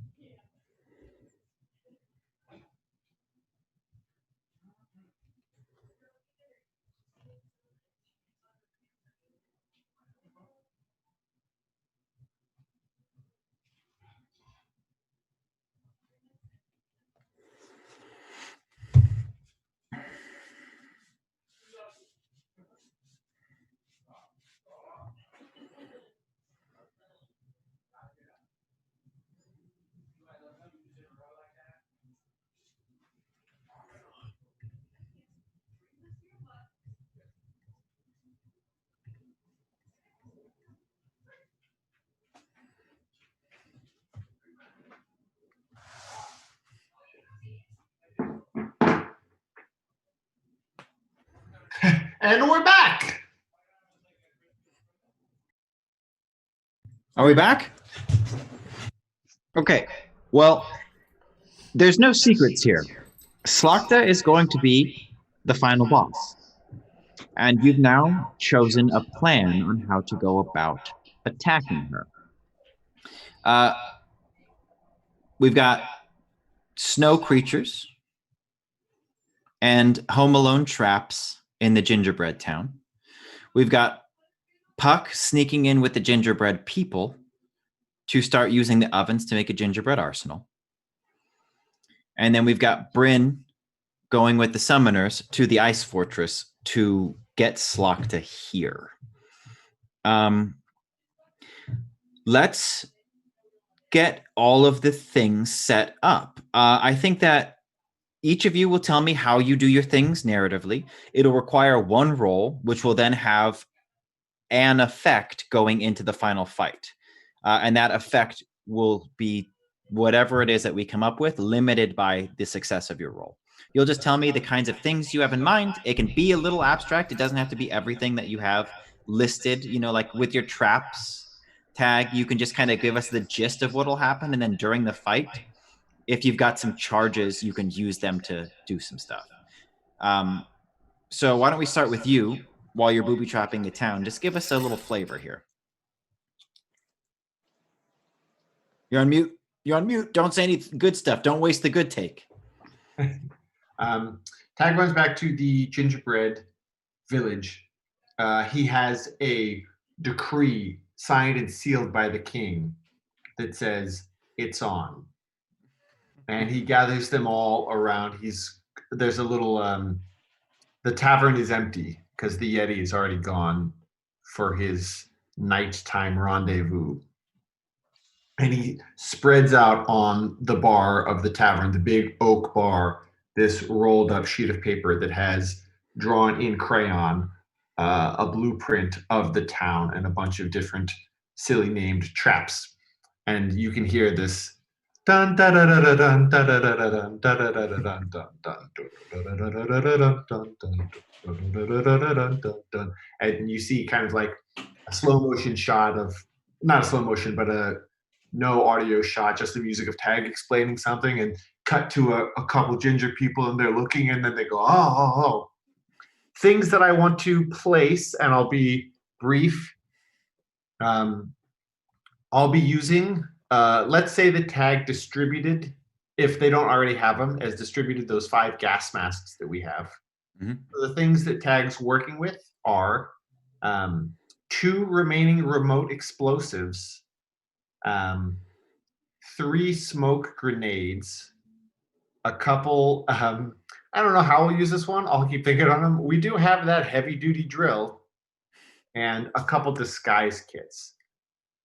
Things that I'd like to assign, tasks that I'd like to assign to the ginger people are, I imagine that, you know, this sort of one main street ginger town is kind of in a bit of a gully of this mountain snowy landscape. I want to set up some snowballs on the top of the hill that can roll down. I want to build some snowmen in the street, kind of like that episode of The Office where Dwight builds all the snowmen in the parking lot.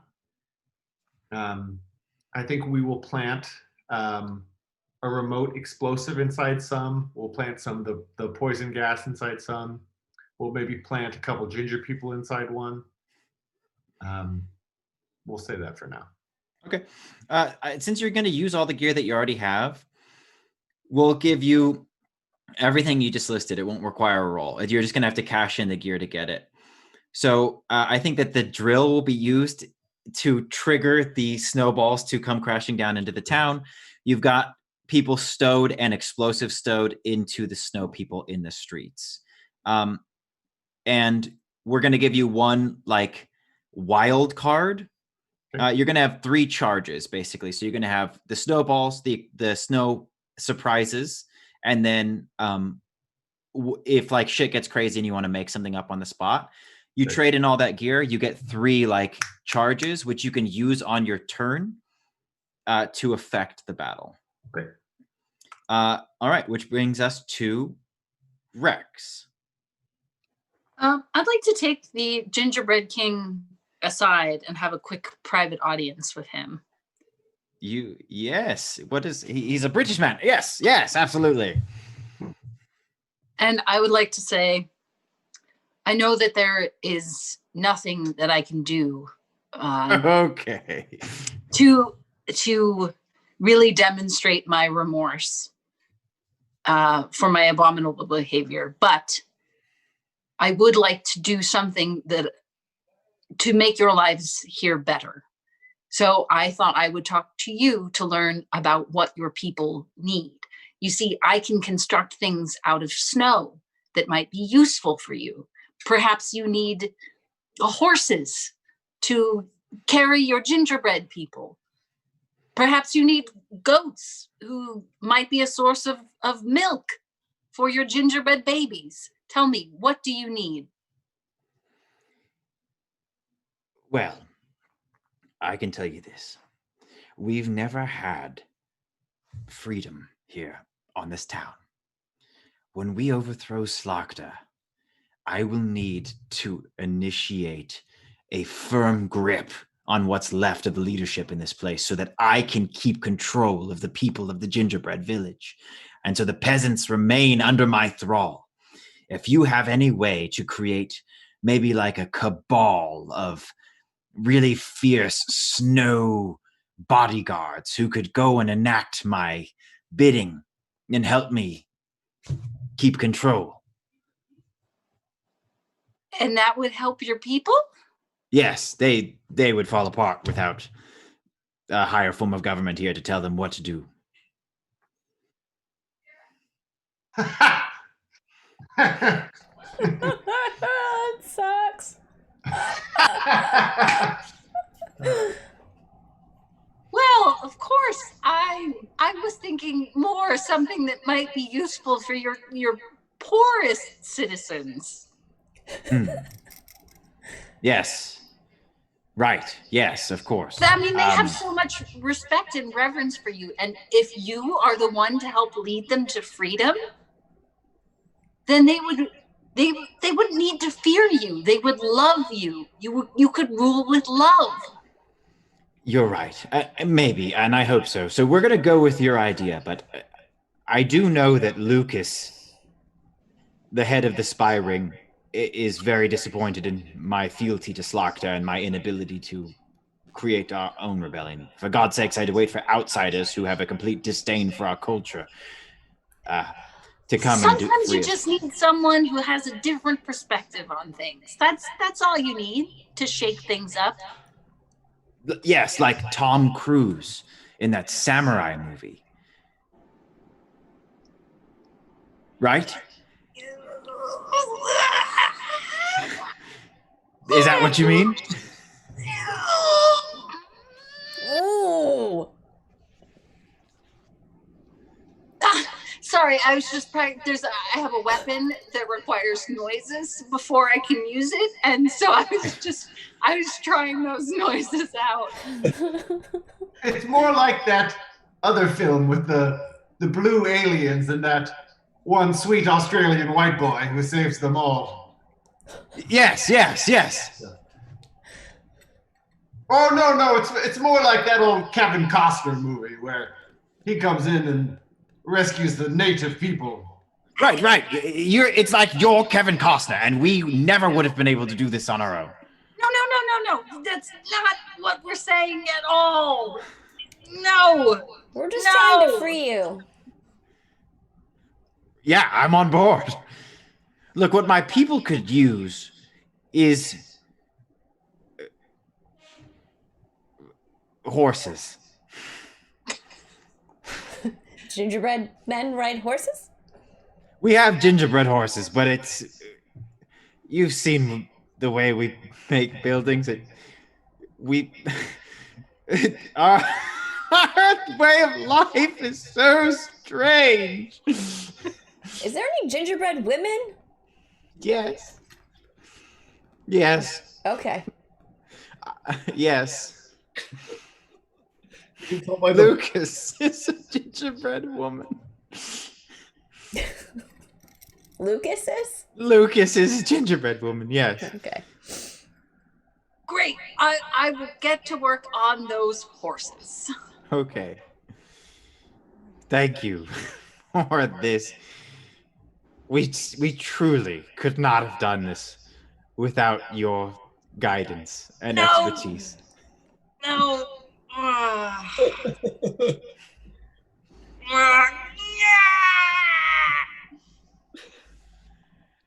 Okay, so how are you going to do this, Rex? Are you just making horses, or are you making like an army of snow creatures? I'm gonna make some snow creatures too. Okay. Yeah. Do it. I'll make. Are you making him a snow Gestapo as well? No, I'm not. No. So I'll put some really fancy bells on some of the horses and be like, "These are the king's horses." okay, yeah, it'll really like that. Yeah. All right, so I think that you're just going to be using cleric magic. You're a healer, you bring life. So you're going to be enchanting these horses. It's going to be just a straight magic roll, and then we'll kind of, in the way that Tag's going to have a couple charges throughout the battle. Because he cashed in all of his gear, it gave him 3. So you're looking at like 3 with a full success, 2 with a partial, 1. And you will be able to do bigger and better stuff with more charges. But you will have an army of snow creatures at the end of this. How cool they are will be dependent on this roll. All right. Depending on how many bells they're wearing.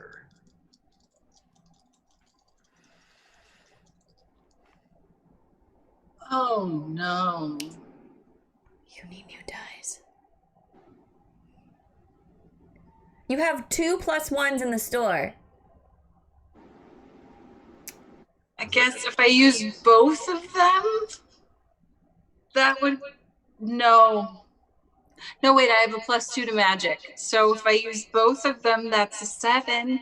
Yes. Okay, that'll give you 2 charges, and you won't have what I was going to have them be, which was just wild, crazed snow creatures that had been put into a pen and were trying to free themselves. So your charge would be to let them out and see what happens. But if you bump it up to a 7, you'll have 2 charges to do on your turn during the final fight. You will be able to use the snow creatures. Which brings us to Puck.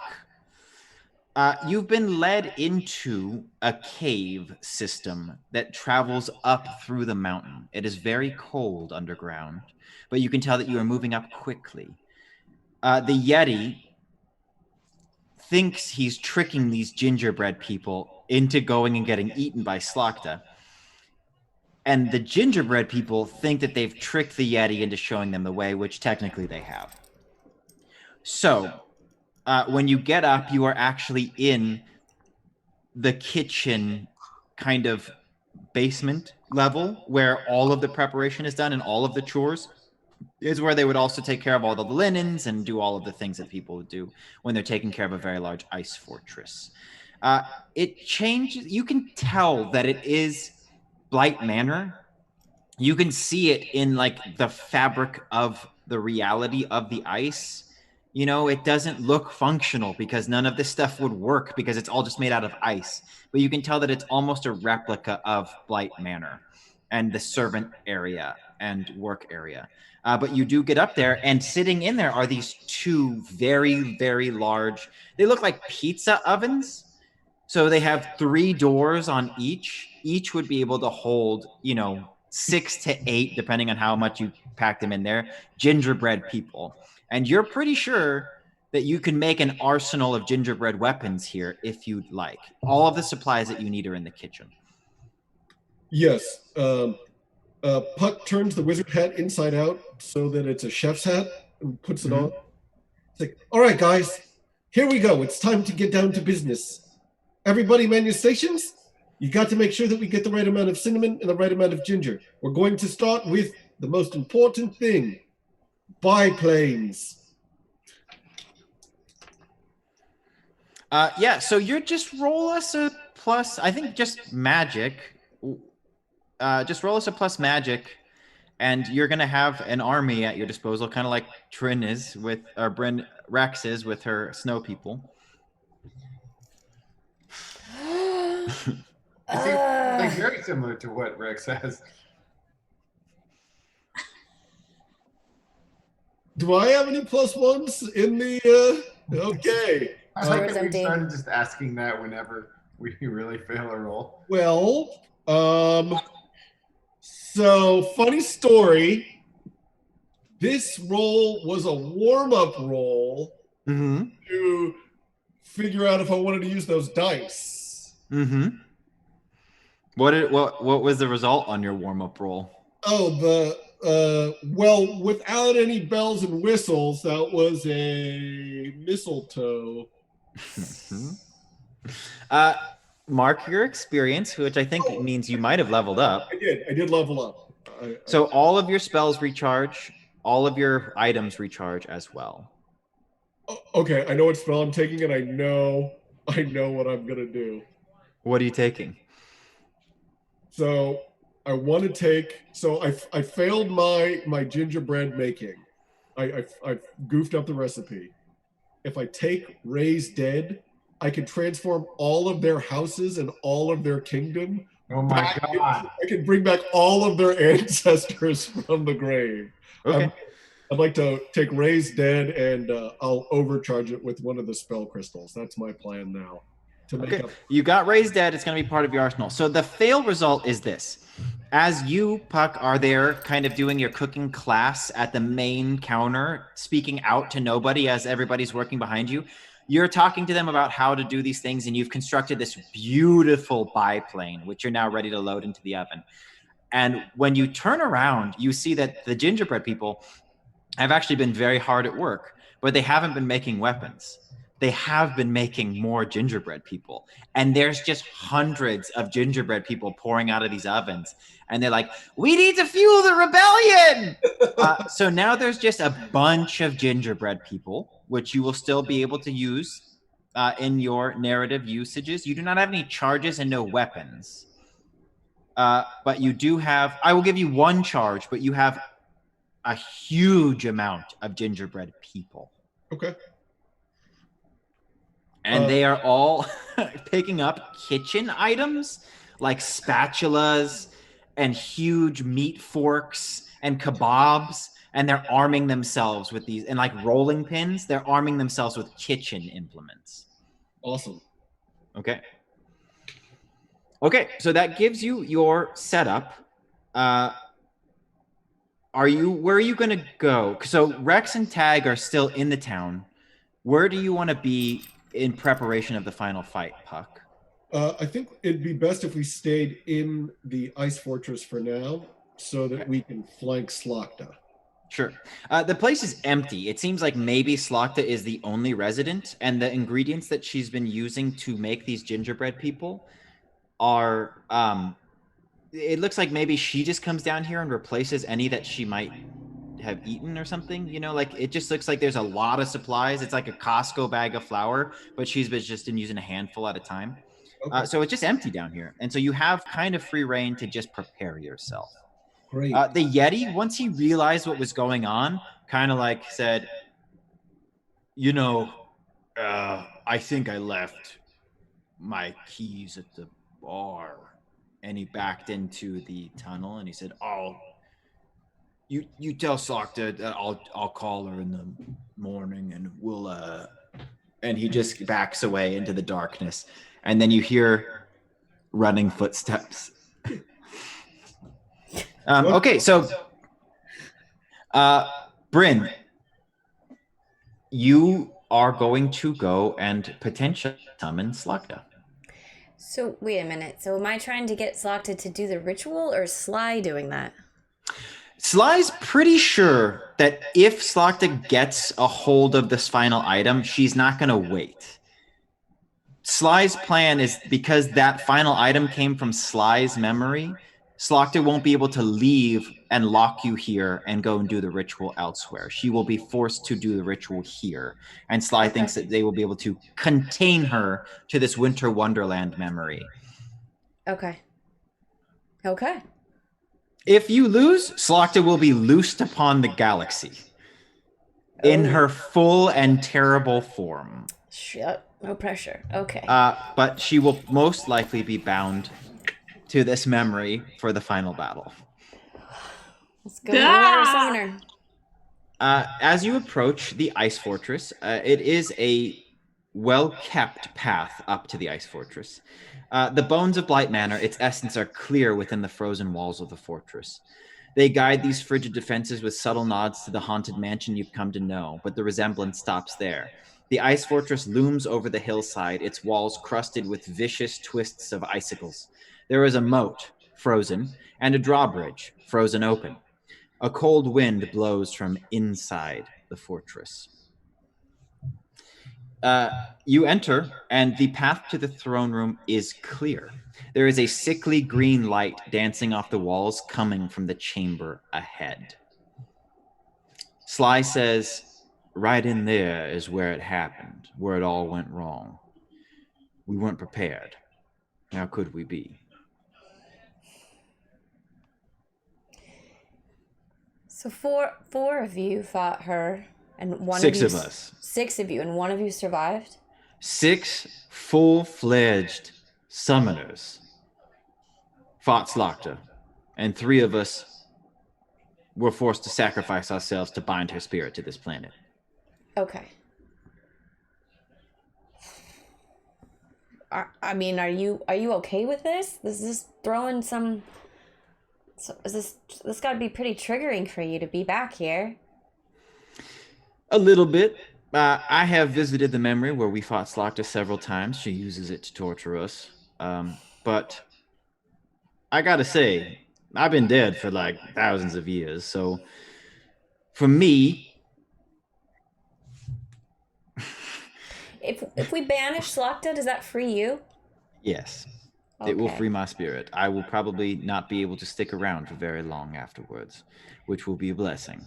Consciousness extended in the way that it has been is its own kind of hell. Is Horace with us?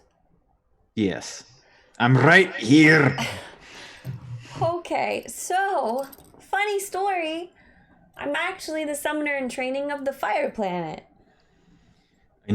I do know this about you. Did I tell you that before? I'm pretty sure you did. Oh, I don't remember that. Well, I didn't know that you were the summoner of the Fire Planet. You didn't tell me anything.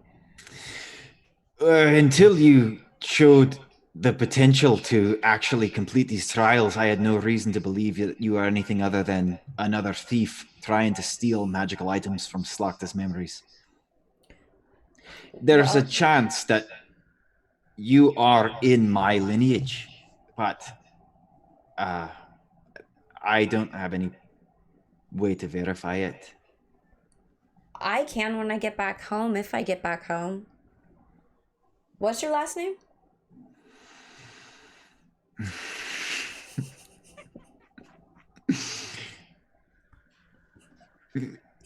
Angel Bell. Horace Angel Bell? Horace Angel Bell. Macmillan. Horace Angel Bell. All right, I can look into that. I really just, I got thrown into all of this not knowing what I'm doing, and I cannot get a hold of my mother, who is the current summoner, for any kind of advice. Can you offer any advice on how to defeat Slakta? We'll have to fight her. That's for sure. She's just going to be too powerful. We won't be able to do anything to her until we can beat her down to a place where her defenses have been lowered. But we came to this planet as a kind of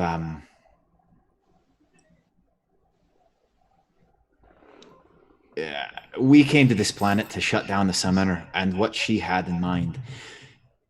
We brought nothing other than violence. The battle that ensued was long and bloody, and we paid for it. And those who escaped did not escape unscathed. And Slakta was ready for us, and she is unkillable. I believe at the end of the day, violence is not going to end Slakta. What keeps her here is her disdain for everyone who's ever looked down on Blight, her disdain for the people of her planet who she feels did not trust her or worship her adequately. I do not agree with that sentiment, but that is the way that she feels. What keeps her here is hatred. If we're going to free her spirit, we'll have to do it with something other than violence. But I do fear the prelude will be rather violent. She is the most powerful entity I've ever seen. It will not be an easy fight.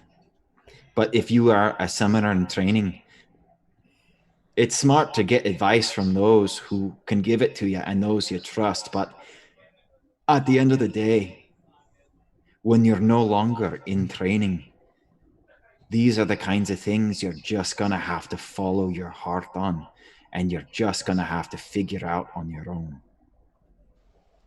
And if I am your great, great, great, great grandfather, then it will be my honor and privilege to fight alongside you. Okay, I don't have my normal toolbox to choose from, but we'll make do. Thank you. You're welcome. Hey, I'm Danny DeVito. I'm also here. Did you want to have a scene with me? I mean, we could go in the corner if you'd like. All right, let's just get this over with. I'm just kidding. I only bite somebody once, never twice. Once bitten and all that. This is probably like, you notice that none of us are laughing. It's probably some kind of vampire humor. We don't really get it. Look, Danny DeVito, I'm trying really hard to get rid of this vampire curse, and then you'll get to meet the real me, who's actually very, very nice and very humiliated at what she did. Yeah, all right. Can we call a truce long enough to fight together? Oh, yeah, for sure. Definitely gonna do that. Not gonna stop giving you shit, but gonna fight alongside you. That's fine. I deserve it for at least another year. So Sly motions to the room ahead of you that has the flickering green light. And she says, now,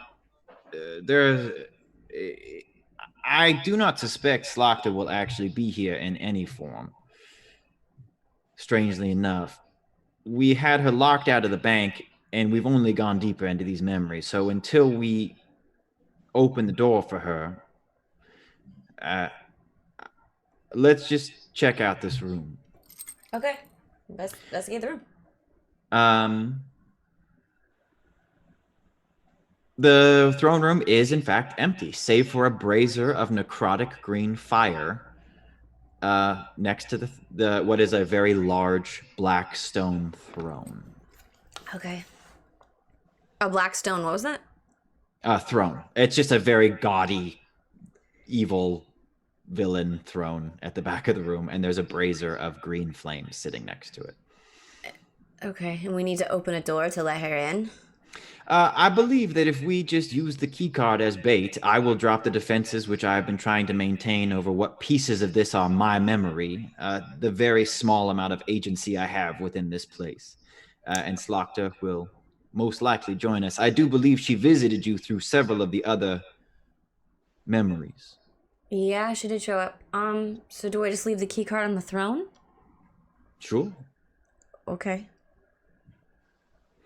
You place the key card on the throne. Nothing crazy happens to start. It seems like Sly is doing a little mental inventory, and then you do feel a change in the throne room. It's less cold. It's like the illusion no longer holds the same vibrancy. And for just a moment, there is a tear that appears in the air ahead of you. And the ghost of Slokta does, in fact, come through. And she says, well, where have you been? The last I knew, you were going into the bank. Yes? We got sidetracked. A gaggle of gingerbread man decided to invite us to their world. She floats around the room, kind of taking it in, and she's like, wow, this is really cool. Reminds me of my throne room, except in a holiday aesthetic. Very cool, very cool. So, have you completed the 6th challenge? We found your item, I believe. She kind of looks where you're looking at the throne, where she sees it, and she says, wonderful. Are you going to exchange it for a piece of information or some other good thing? Are you going to hand it over? Yes. I would like to exchange it for a question, piece of information. Sure. What is your question? She has not touched the item yet. What is the one thing you wanted when you were alive that you never got? Well, it's interesting that you'd phrase it like that, because I got everything I ever wanted. But for some reason, it only made me want even more.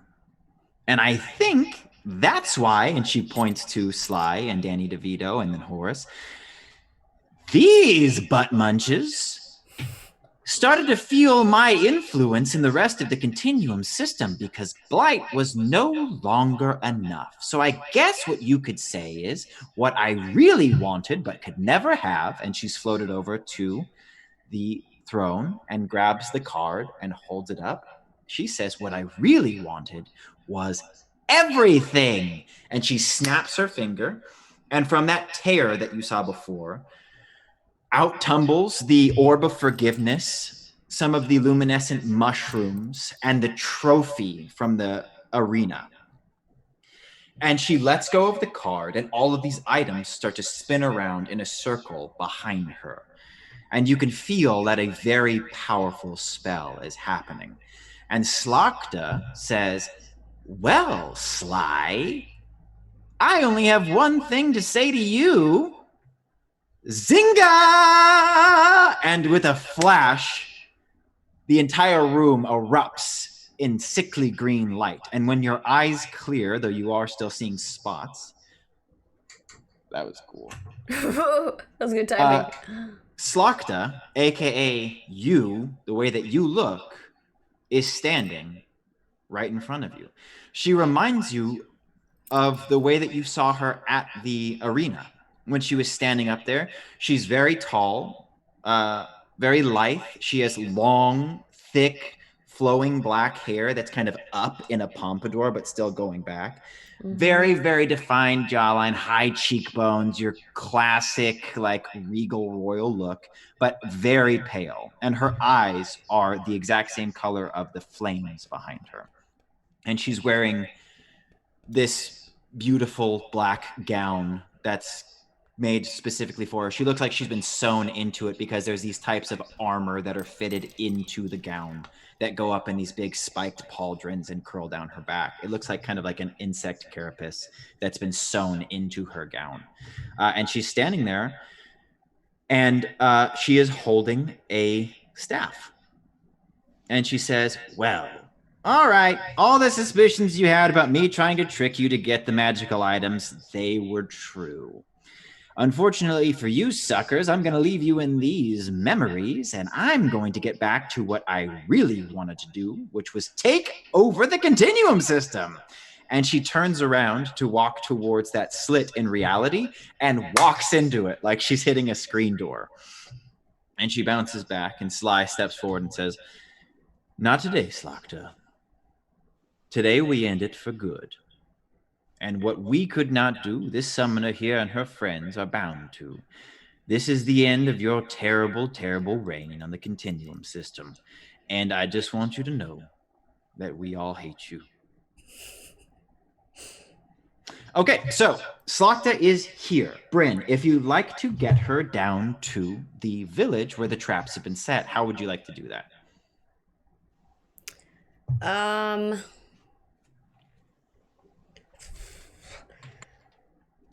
She's walking now, right? She's human. Yeah, she is a human. She's no longer a ghost.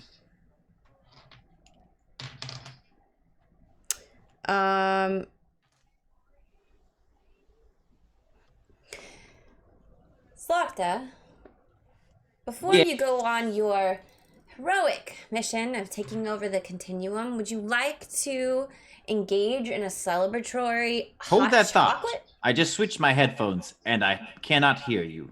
Okay. I really hate Zoom. You might need to click on the thing. Okay. Yeah, I'm back with you. Okay. As I was saying, before you go on your epic mission to take over the continuum, would you like to engage in a celebratory hot chocolate down in the town square? Because I know it's probably been thousands of years since you've tasted anything. Now that you mention it, I would like to drink something. I believe they keep my special at the bar. They do. They tried to serve it to me. If you haven't noticed, I have been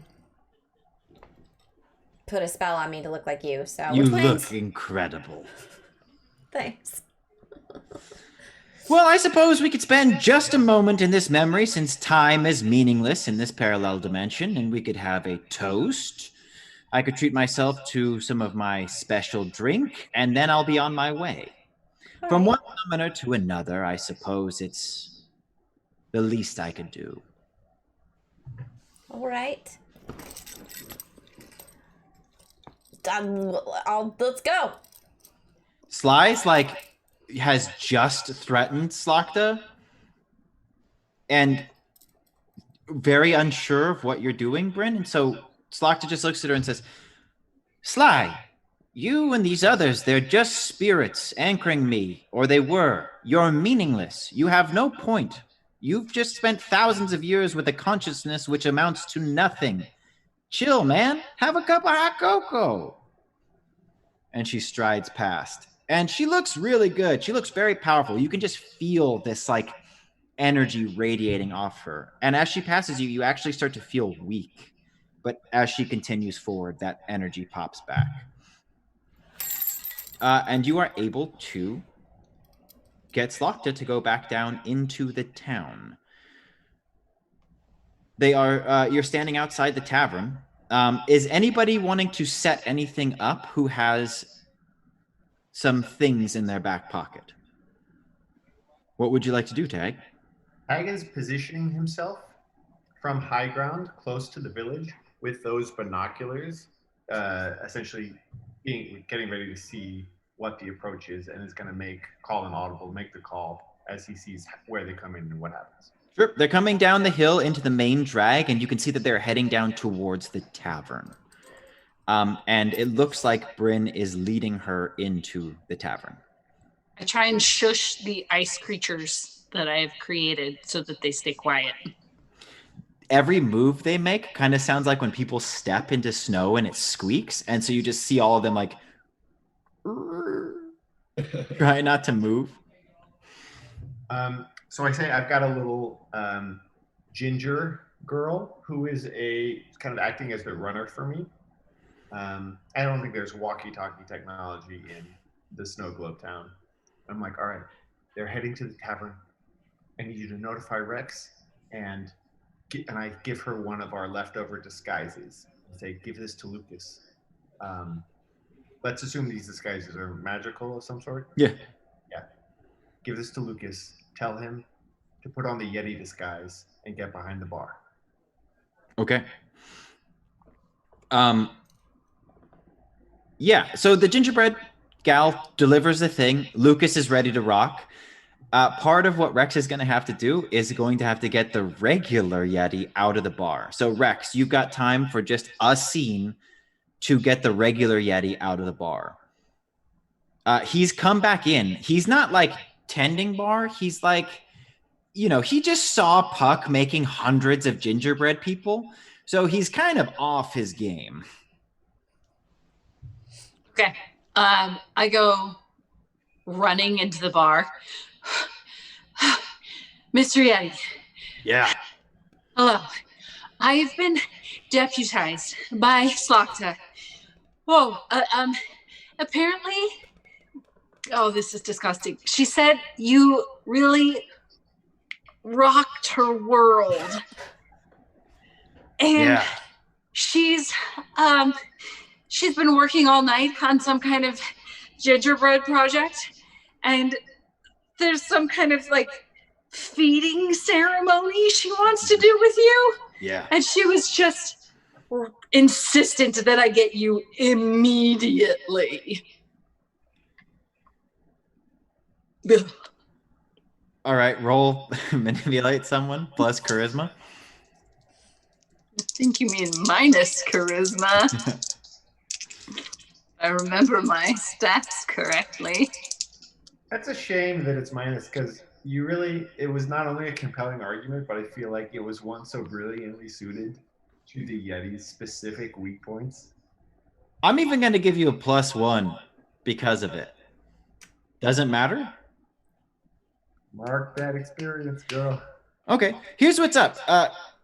Tag's right. It was so perfectly using the narrative in order to create a lie that you will achieve this goal. And instead, I will bank a hard move, which I'll use later. Because there's no reason to take away that. It's like, why would you even go to the trouble of having a scene like that if you're not going to get to do your thing? So he's like, oh, feeding ceremony. Rocked her world? All right. Lock up for me, will you? And he leaves out the back door. He's I feel like I finally, in this moment, understand what a fuckboy is. That Yeti is definitely a fuckboy. Okay. Yeah. Okay, so after he leaves, you see a different Yeti peek through the door and say, "Is the coast clear?" Yeah, I didn't know there were two of you. It's me, Lucas. I'm wearing this fucking dynamite disguise kit. That's definitely magical. That's great. Yeah, I didn't recognize you at all. Yeah. I'm imagining that it's just Lucas, the gingerbread man, with like the glasses, nose, and mustache eyebrow thing, but like just maybe like a Yeti wig, or just like it's like Yeti colored eyebrows and mustache or something. That is exactly what it is, and it's actually a glamour. So once Rex is cued into the fact that it's a disguise, she sees through this perfect Yeti to the fact that it is just Lucas with a little like novelty glasses and wig on. Let's Okay. hope that stays magical. What? Nothing. All right. So Lucas approaches the bar and is just wiping Just it down. wipe the countertops. That's Just wiping that's the all he countertops. does. Yeah. Lucas is a she, FYI. Oh yeah. Lucas is a she doing a Yeti voice. Okay, so Bryn, when you walk in with Slokta, you see Rex making her. Where do you want to be, Rex? You want to get out in time, or you want to stay in the bar? I'm gonna keep an eye on my ice creatures. Okay. You know, I made them well, but they're unruly. Okay.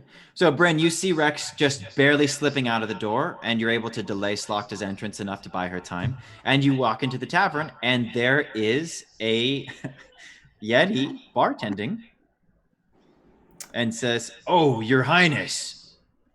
And Your Highness? Wow, 2 Sloctas. You sure have crazy power, Slocta. What can I get you?" We'll take 2 of the usual, please. It's in the Okay. back. You see the gingerbread or the Yeti look under the bar and pull out 2 frosted milk glasses and then reach for some he slowly kind of reaching for some milk. You do that to him? Mm-hmm. He starts to reach back towards the bottles, kind of following your nodding. He goes over to the box and opens it and bare hand grabs the bottle. You could see that it freezes to him immediately. And he returns over and pours some human blood into the cups and then cannot get the bottle off of his hand. So he just stands there and says, "Yep, 2 of the usuals." We've gotten you all flustered with 2 of us, haven't we?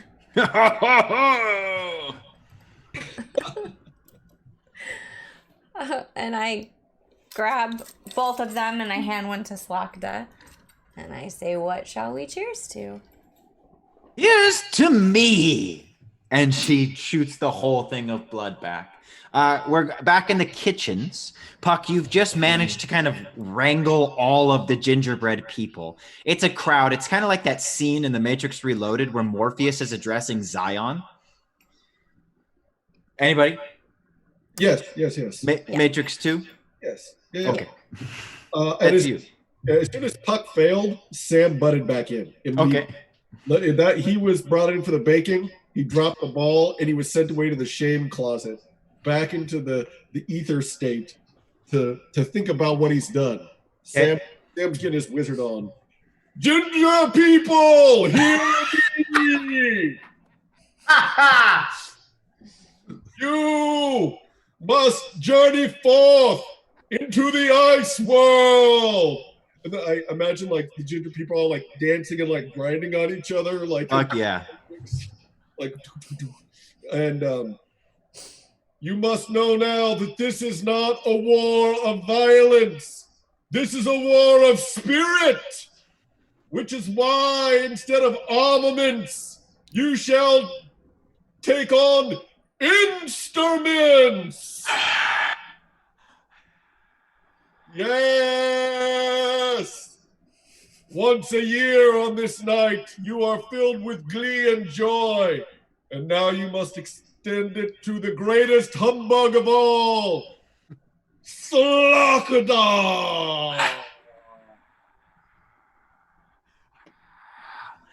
Yeah, so they all just toss their like kitchen instruments over their hands, and they just start kind of disperse through the servants' quarters and start digging out little violins and fiddles and all kinds of stuff, and they just come up with a bunch of shit. And so they all have instruments now. Where would you like to position your army? You're pretty sure that Slocta's clear of the castle if you want to move into the town. Yeah, we're gonna march down to the town, being led by. Yes, we're going to get in marching band order and head into town. Okay. You come down the main path into the main drag of town, kind of approaching one end. Rex, how would you like to position your snow people? I think I've got kind of 2, because I had 2 charges. Is that right? Mm-hmm. So I've got kind of one cluster of smaller creatures. Mm-hmm. Like voles? If anyone's seen Despicable Me, there's a dog that the protagonist has that is mostly just giant teeth. It's pretty small though, so it's kind of like a rabbit with really strong Icicle lower teeth. Yeah, they're basically just icicle biters is what Okay. they are. Good for getting ankles mostly. So I want to put them somewhere where they can wreak the most havoc. Okay. They're kind of the early game, like cause confusion and snarl Slokta up.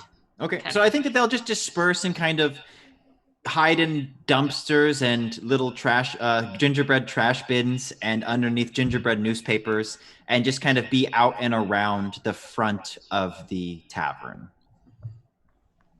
Great. Okay. And Tag, is there anything else that you'd like to do? Yeah. I'm going to have the ginger people that have positioned themselves inside of snowmen.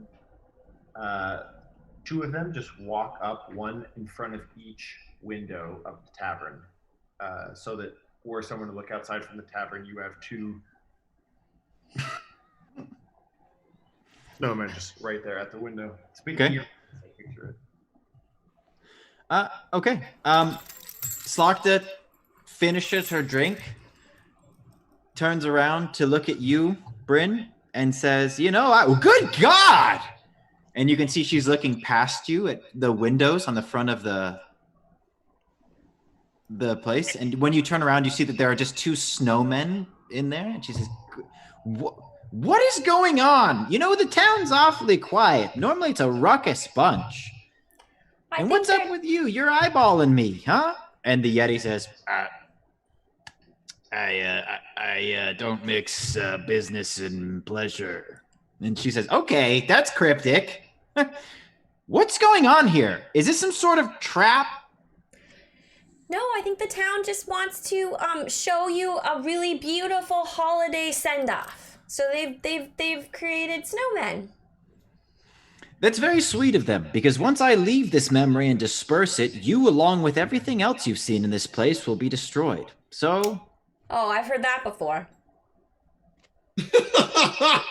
Who's taking my move? Excuse me, what? I said, who's taking my move? Your move? I destroy people. Oh, we don't need to dwell on. We've run into some people that are trying to eat the whole continuum, Snow. Oh, right, yes. Right. Okay, well, let's go get my holiday send-off. Okay. And she starts heading towards the door. And I look at her and I pinch her cheeks. I'm like, you need a little color. You want to look your best. Oh, yes, thank you so much. Mm-hmm. I've been dead for thousands of years. Right.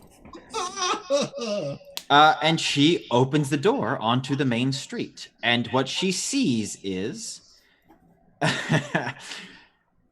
directly in front of her, I see this as kind of being the head of a T-juncture. So let's say Main Street goes east to west, and then there is a street that heads north out.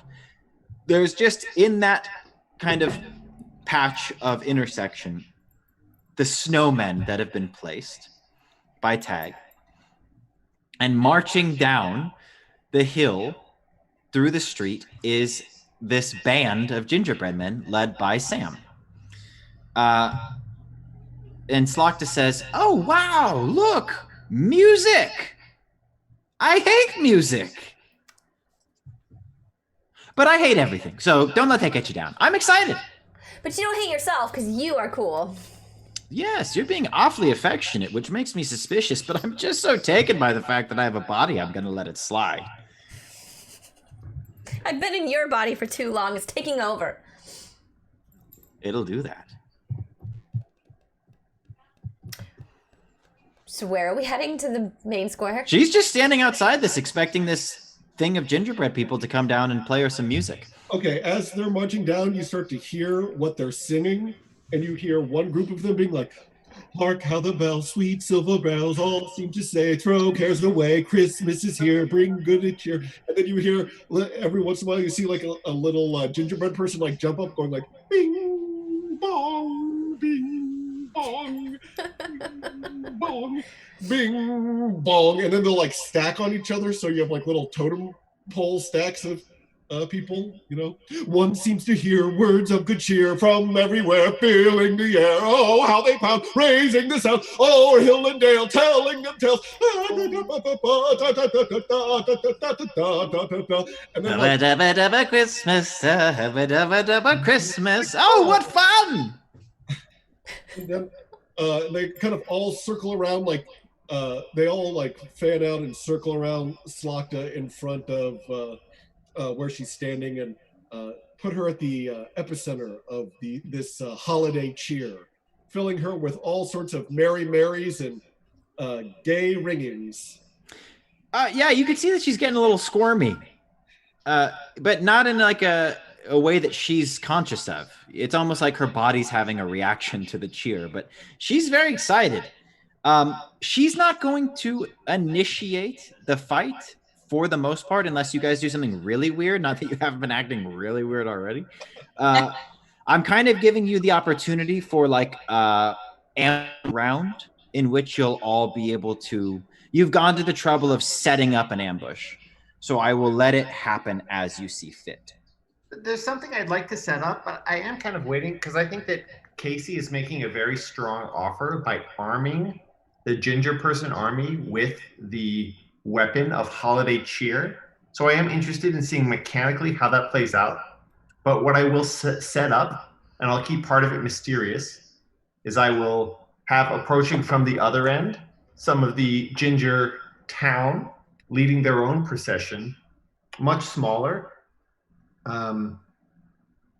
A couple folks just doing the bings and bongs, and kind of somehow they found a minor key to do it in. It's a much more somber march. And they're carrying, almost like you carry a coffin, but it's just a slat on top of which is resting a young ginger person waiting to be a living sacrifice to Slakta. But Cool. This young gingerbread person has a secret, which I'm going to hold on to until I kind of see how Sam's holiday cheer army plays out. Sure. Sam, what is what kind of mechanical effect would you like the holiday cheer to have on Slakta? It could be just about anything. So it could be damage, it could be a debuff. You know, like, what do you have in mind? It's going to be a debuff, making Slakta's magic inadvertently more good. Okay. So she's going to try, if she tries to do harm, good things happen instead. I'm trying to increase her Grinch heart. Sure. Roll plus magic, and you get a +1 that'll stack on top of yours no matter what you're at, just because of the gingerbread people. All right, I'm going to do some different dice this time. Those dice were not spicy. Oh, okay. So it's a +1, you said, plus my magic, so that's a 13. Okay, All cool. right. Full success. Nice job. So this like strange reaction that Slakta's body is having, you can tell as a wizard that it is doing something to her that maybe she's not paying attention to, but the sickly green in her eyes is becoming a more like forest green. Yeah. You can see it changing. He's getting that joyful hue. Okay. So yeah, it's going to have an effect. Her blight magic will be affected by this holiday cheer in a way that you have not seen yet, but you can tell that it has worked. Especially with a 13, you can feel pretty confident that it has worked. She's going to have Yuletide spirit whether she likes it or not. Slakta. So this procession of sacrifice is coming down the street, and Slakta says, "Oh, a feast for me! How wonderful! This really is a celebration." Rex or Tag, I guess I'm going to let you take the reins here. Sure. I'll tell you what we have set up, because I was trying to think of a way to. I don't want to sacrifice ginger lives for this ambush.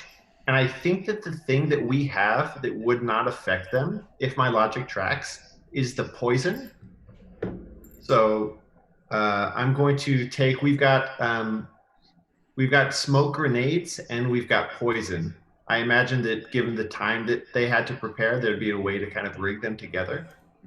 And I'm going to fit this young ginger sacrifice's gumdrop buttons with this poison grenade, essentially. Okay. And you want it to deal damage? Whatever poison does, yeah. Either it deals damage, or I assume it has some sort of ongoing. That's up to you whether it's a hit of damage or whether it's an ongoing negative something. Sure. I think it's going to be a little bit of both. Okay. Okay. So, that she approaches this feast and says, I'd share with you, but that would be cannibalism, and I know how particular you all are about eating each other. So, more for me. And she points to Sly, Danny DeVito, Bryn. She says, you guys want to get in on this? I kind of just want blood.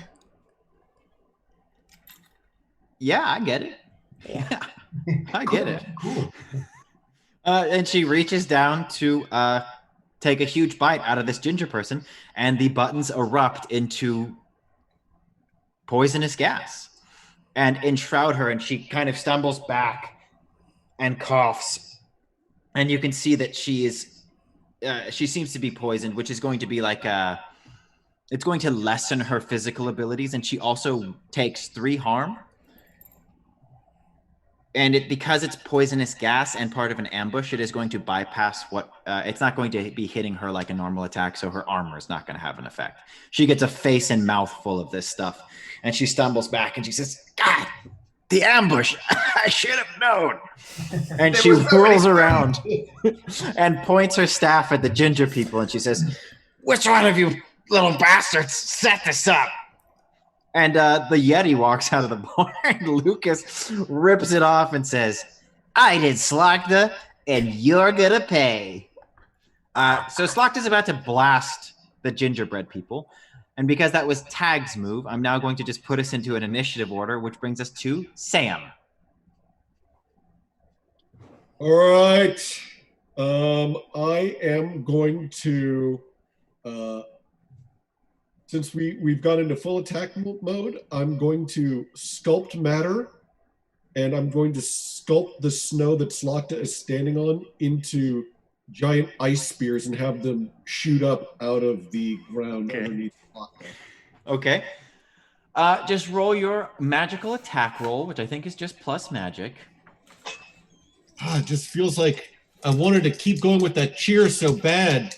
The effect is lasting. You won't need to maintain it for now. No, for sure. I just mean in terms of this is totally loopy, but the idea of somehow feeling like I can just defeat her with holiday cheer and good feelings and not have to do any harm to her, that somehow the goodness that I can send in her will somehow be treated the same as an attack.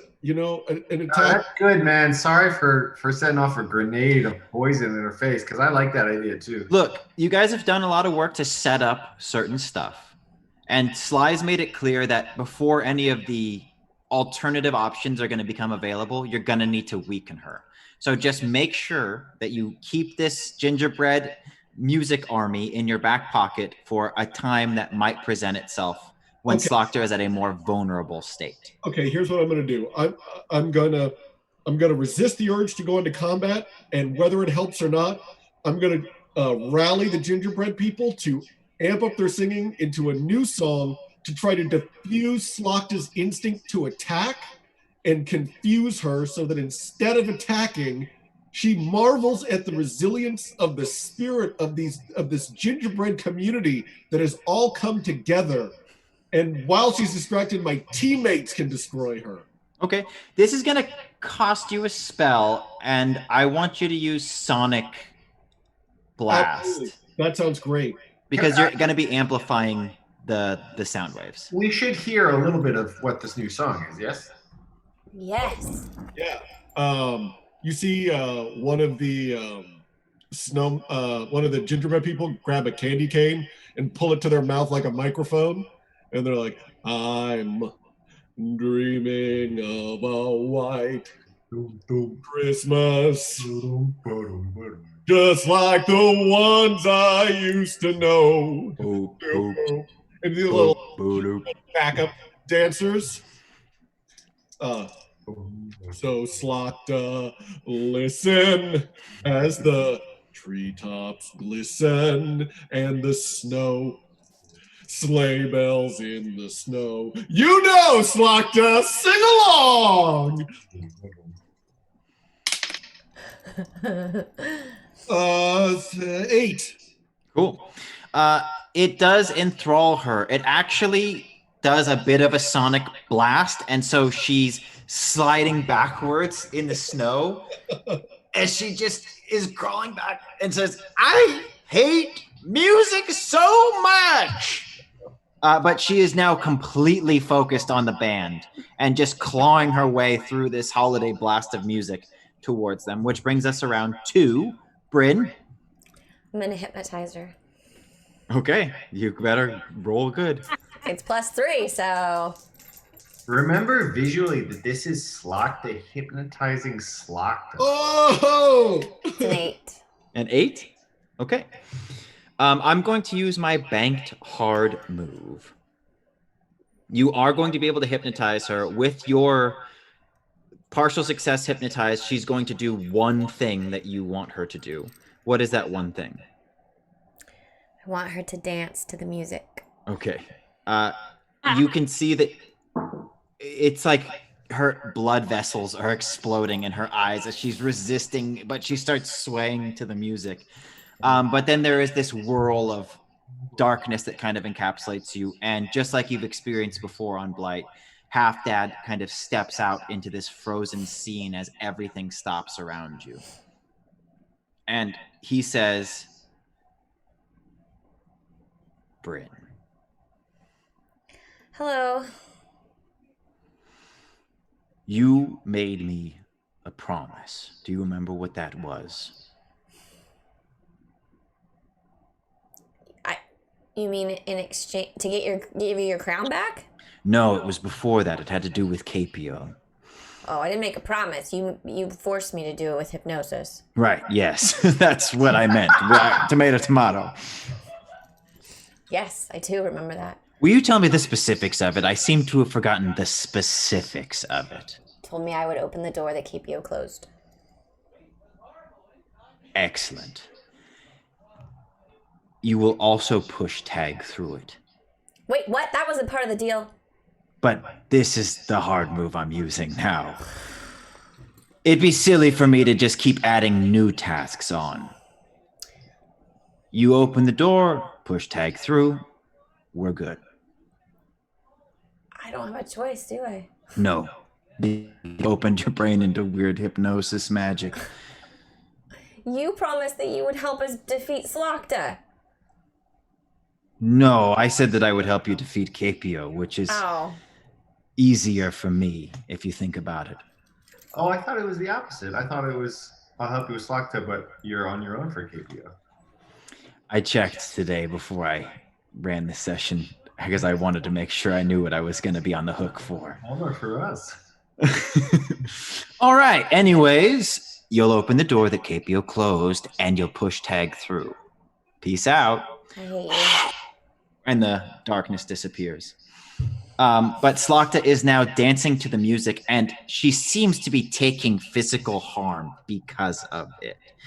And with the poison that's just kind of leaking out of the sides of her mouth, she tries to cast a spell at the gingerbread people, and you expect to see a necrotic bolt of some kind blast out, but instead there's just an explosion of confetti, and a couple of those little red packages pop out onto the ground. And she says, "No! I'm being destroyed by holiday cheer!" Rex. Well,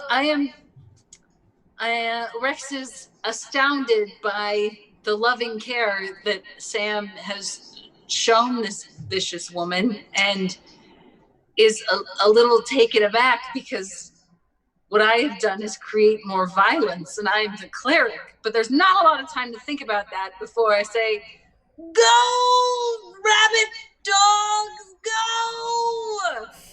go!" Just roll. I think probably just magic. You're gonna get a +1. What's my +1? That's just from going to the trouble of setting up these little monsters. That is a 12. Okay, cool. Yeah. So these things swarm from underneath the gingerbread newspapers and the gingerbread dustbins, and they crawl out of the gingerbread gutters, and they just swarm Slokta, who's dancing and shooting confetti and presents out of her hands.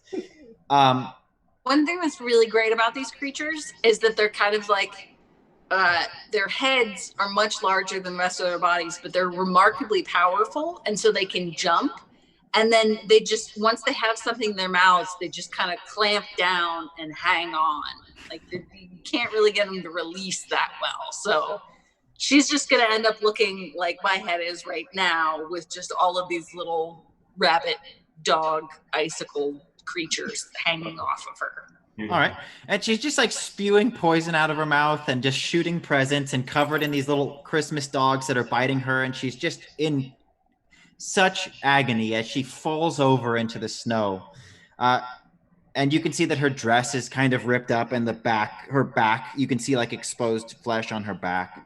And Sly steps forward and says, "This is far easier than I remember." And that takes out the last of Slokta's HP, which means... Whoa. Slokta's a little wimp. Yeah, this is like that really hard boss you work yourself up to, and then it's like 2 swipes and they're done. We grinded so long.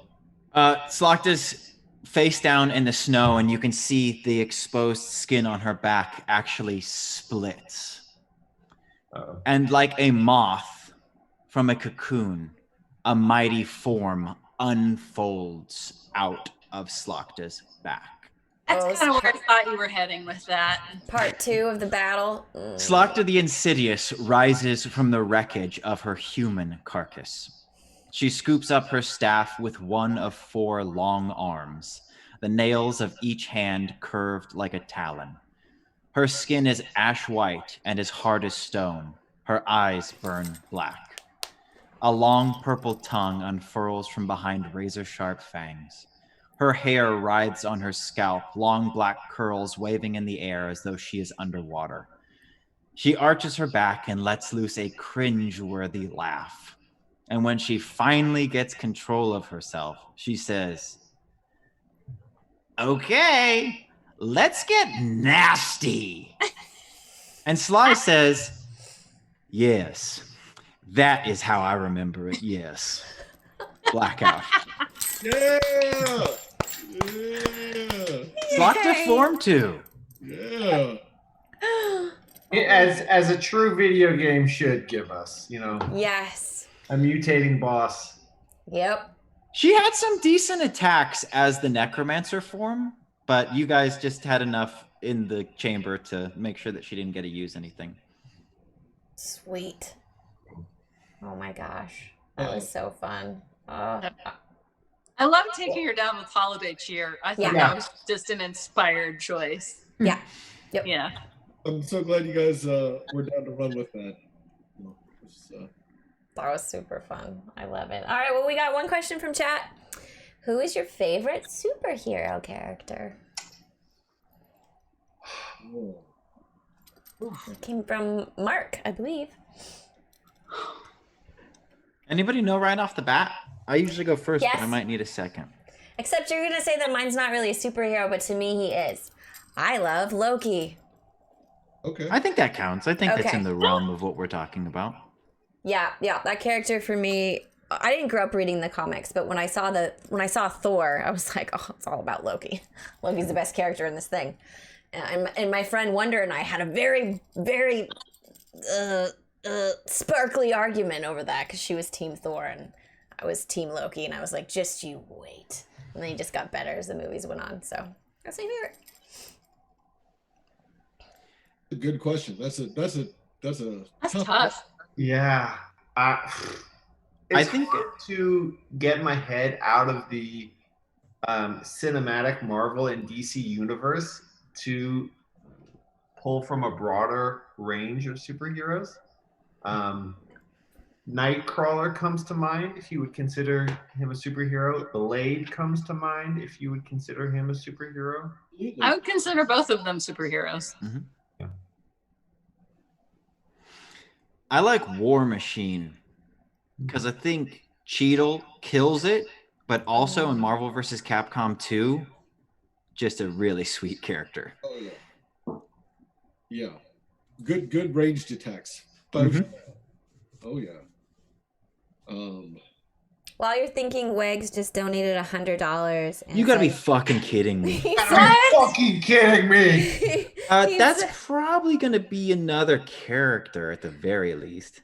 Yeah, he said presents, all the remaining gifts for after the battle. Happy holidays.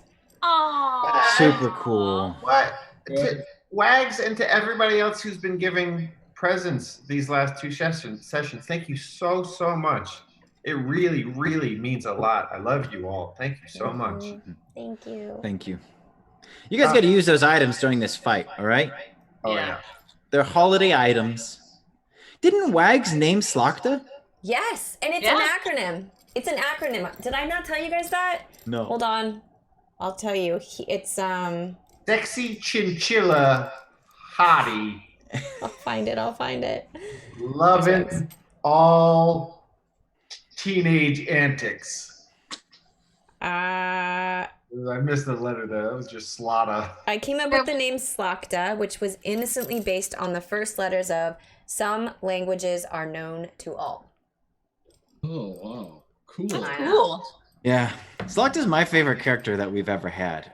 I like Beating out Air Dobbins by a hair. Oh, Air Dobbins. Oh, we have to talk about that.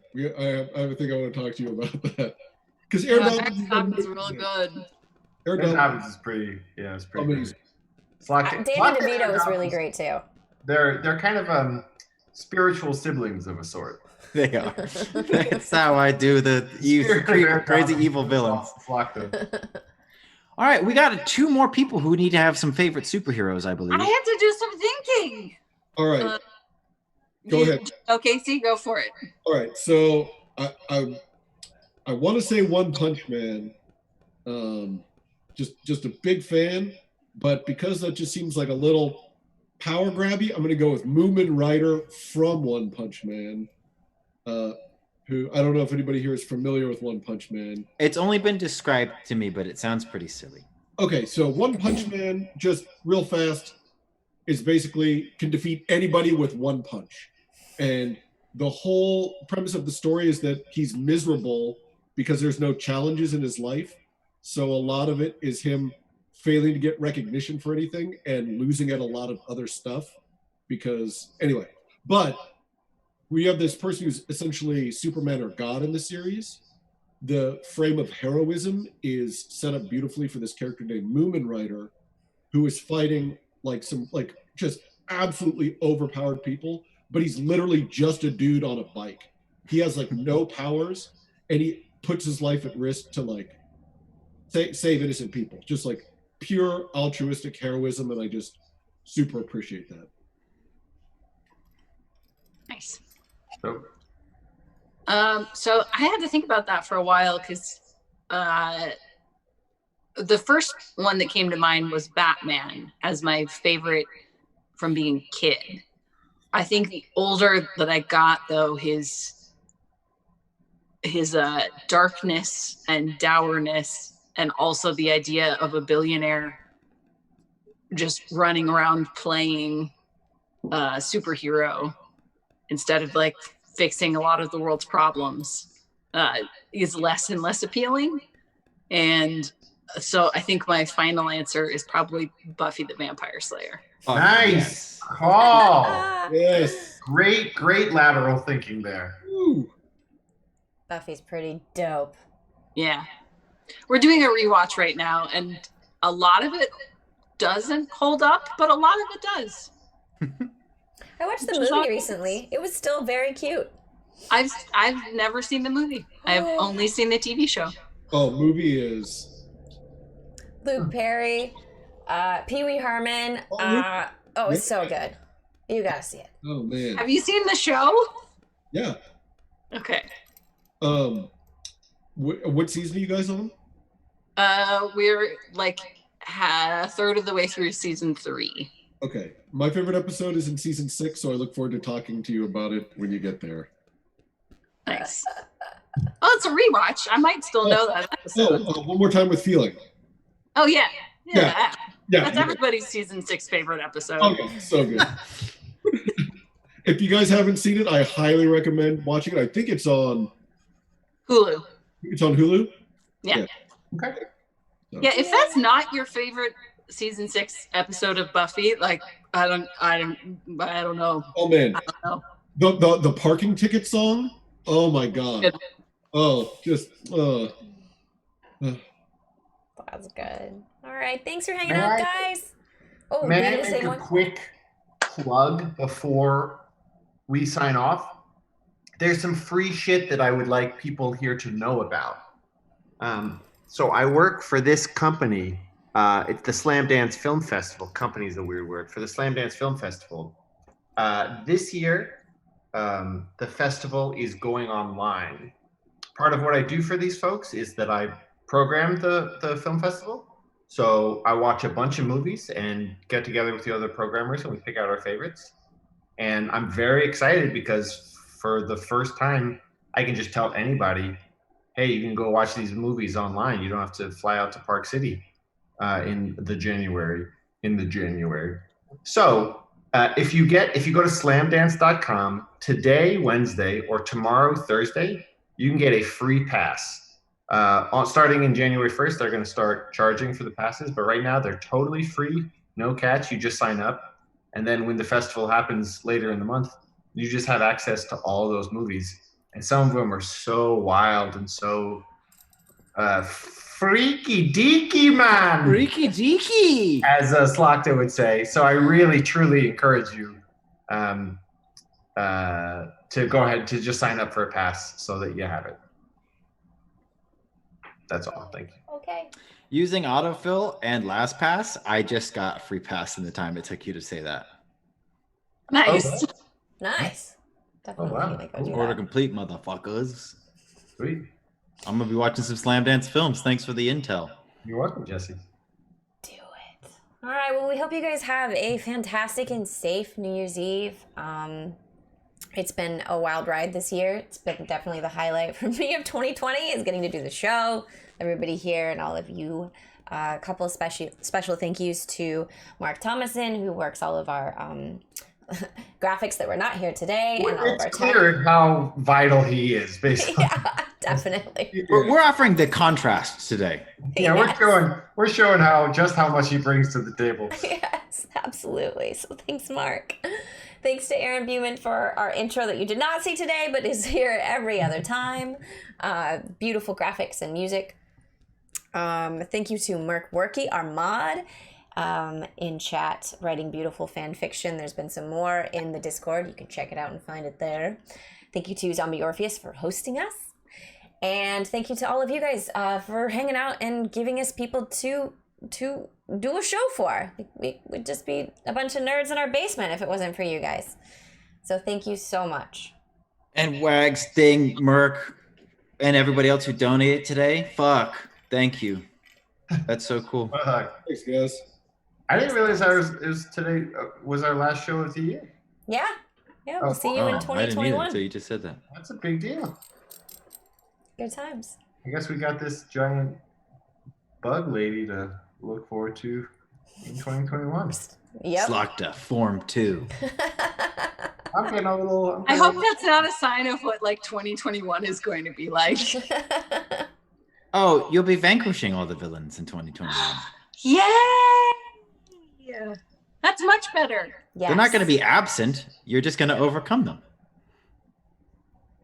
I don't expect to be able to deftly and simply comment on the incredibly complex totality of this year, but to echo Lisa and kind of all of us when we say this is our favorite Wednesday of the week. It has been really meaningful to get to do the show, and I'm really glad that to everyone who's watching, I'm really glad y'all are finding meaning in this as well. And I know that when we talk about 2020 and all of that encompasses, it doesn't end in 2 days. That will continue to 2021, but yeah, I'm excited that this will also continue into 2021, and we'll see what that future looks like. I don't put on ornaments on my head for just anybody. You all are special. Yeah. She's not talking to us, by the way. She's talking to you, chat. Oh yeah, these guys. Who cares? I'm talking to you guys. Yeah. Yeah. Yep. And then to darling Butt Munch. Wonderful work. Or So dearest Butt Munch. Sorry, not darling Butt Munch. You got it, dude. We got the reference. We're not going to penalize you for that. You penalize when we're like make a joke. We're like, hey, I throw a snowball. You'll be like, all right, get all my dice. I'm about to take some damage. Nobody took damage. That one time. Yeah, but I ate people's ancestors. You walked into a place that you've never been to before, and your first thing to do was eat a house. I think we all stumbled upon a realization of how fucked up gingerbread culture is. I don't know. I feel like Jesse spent some time thinking about that. He was ready for that.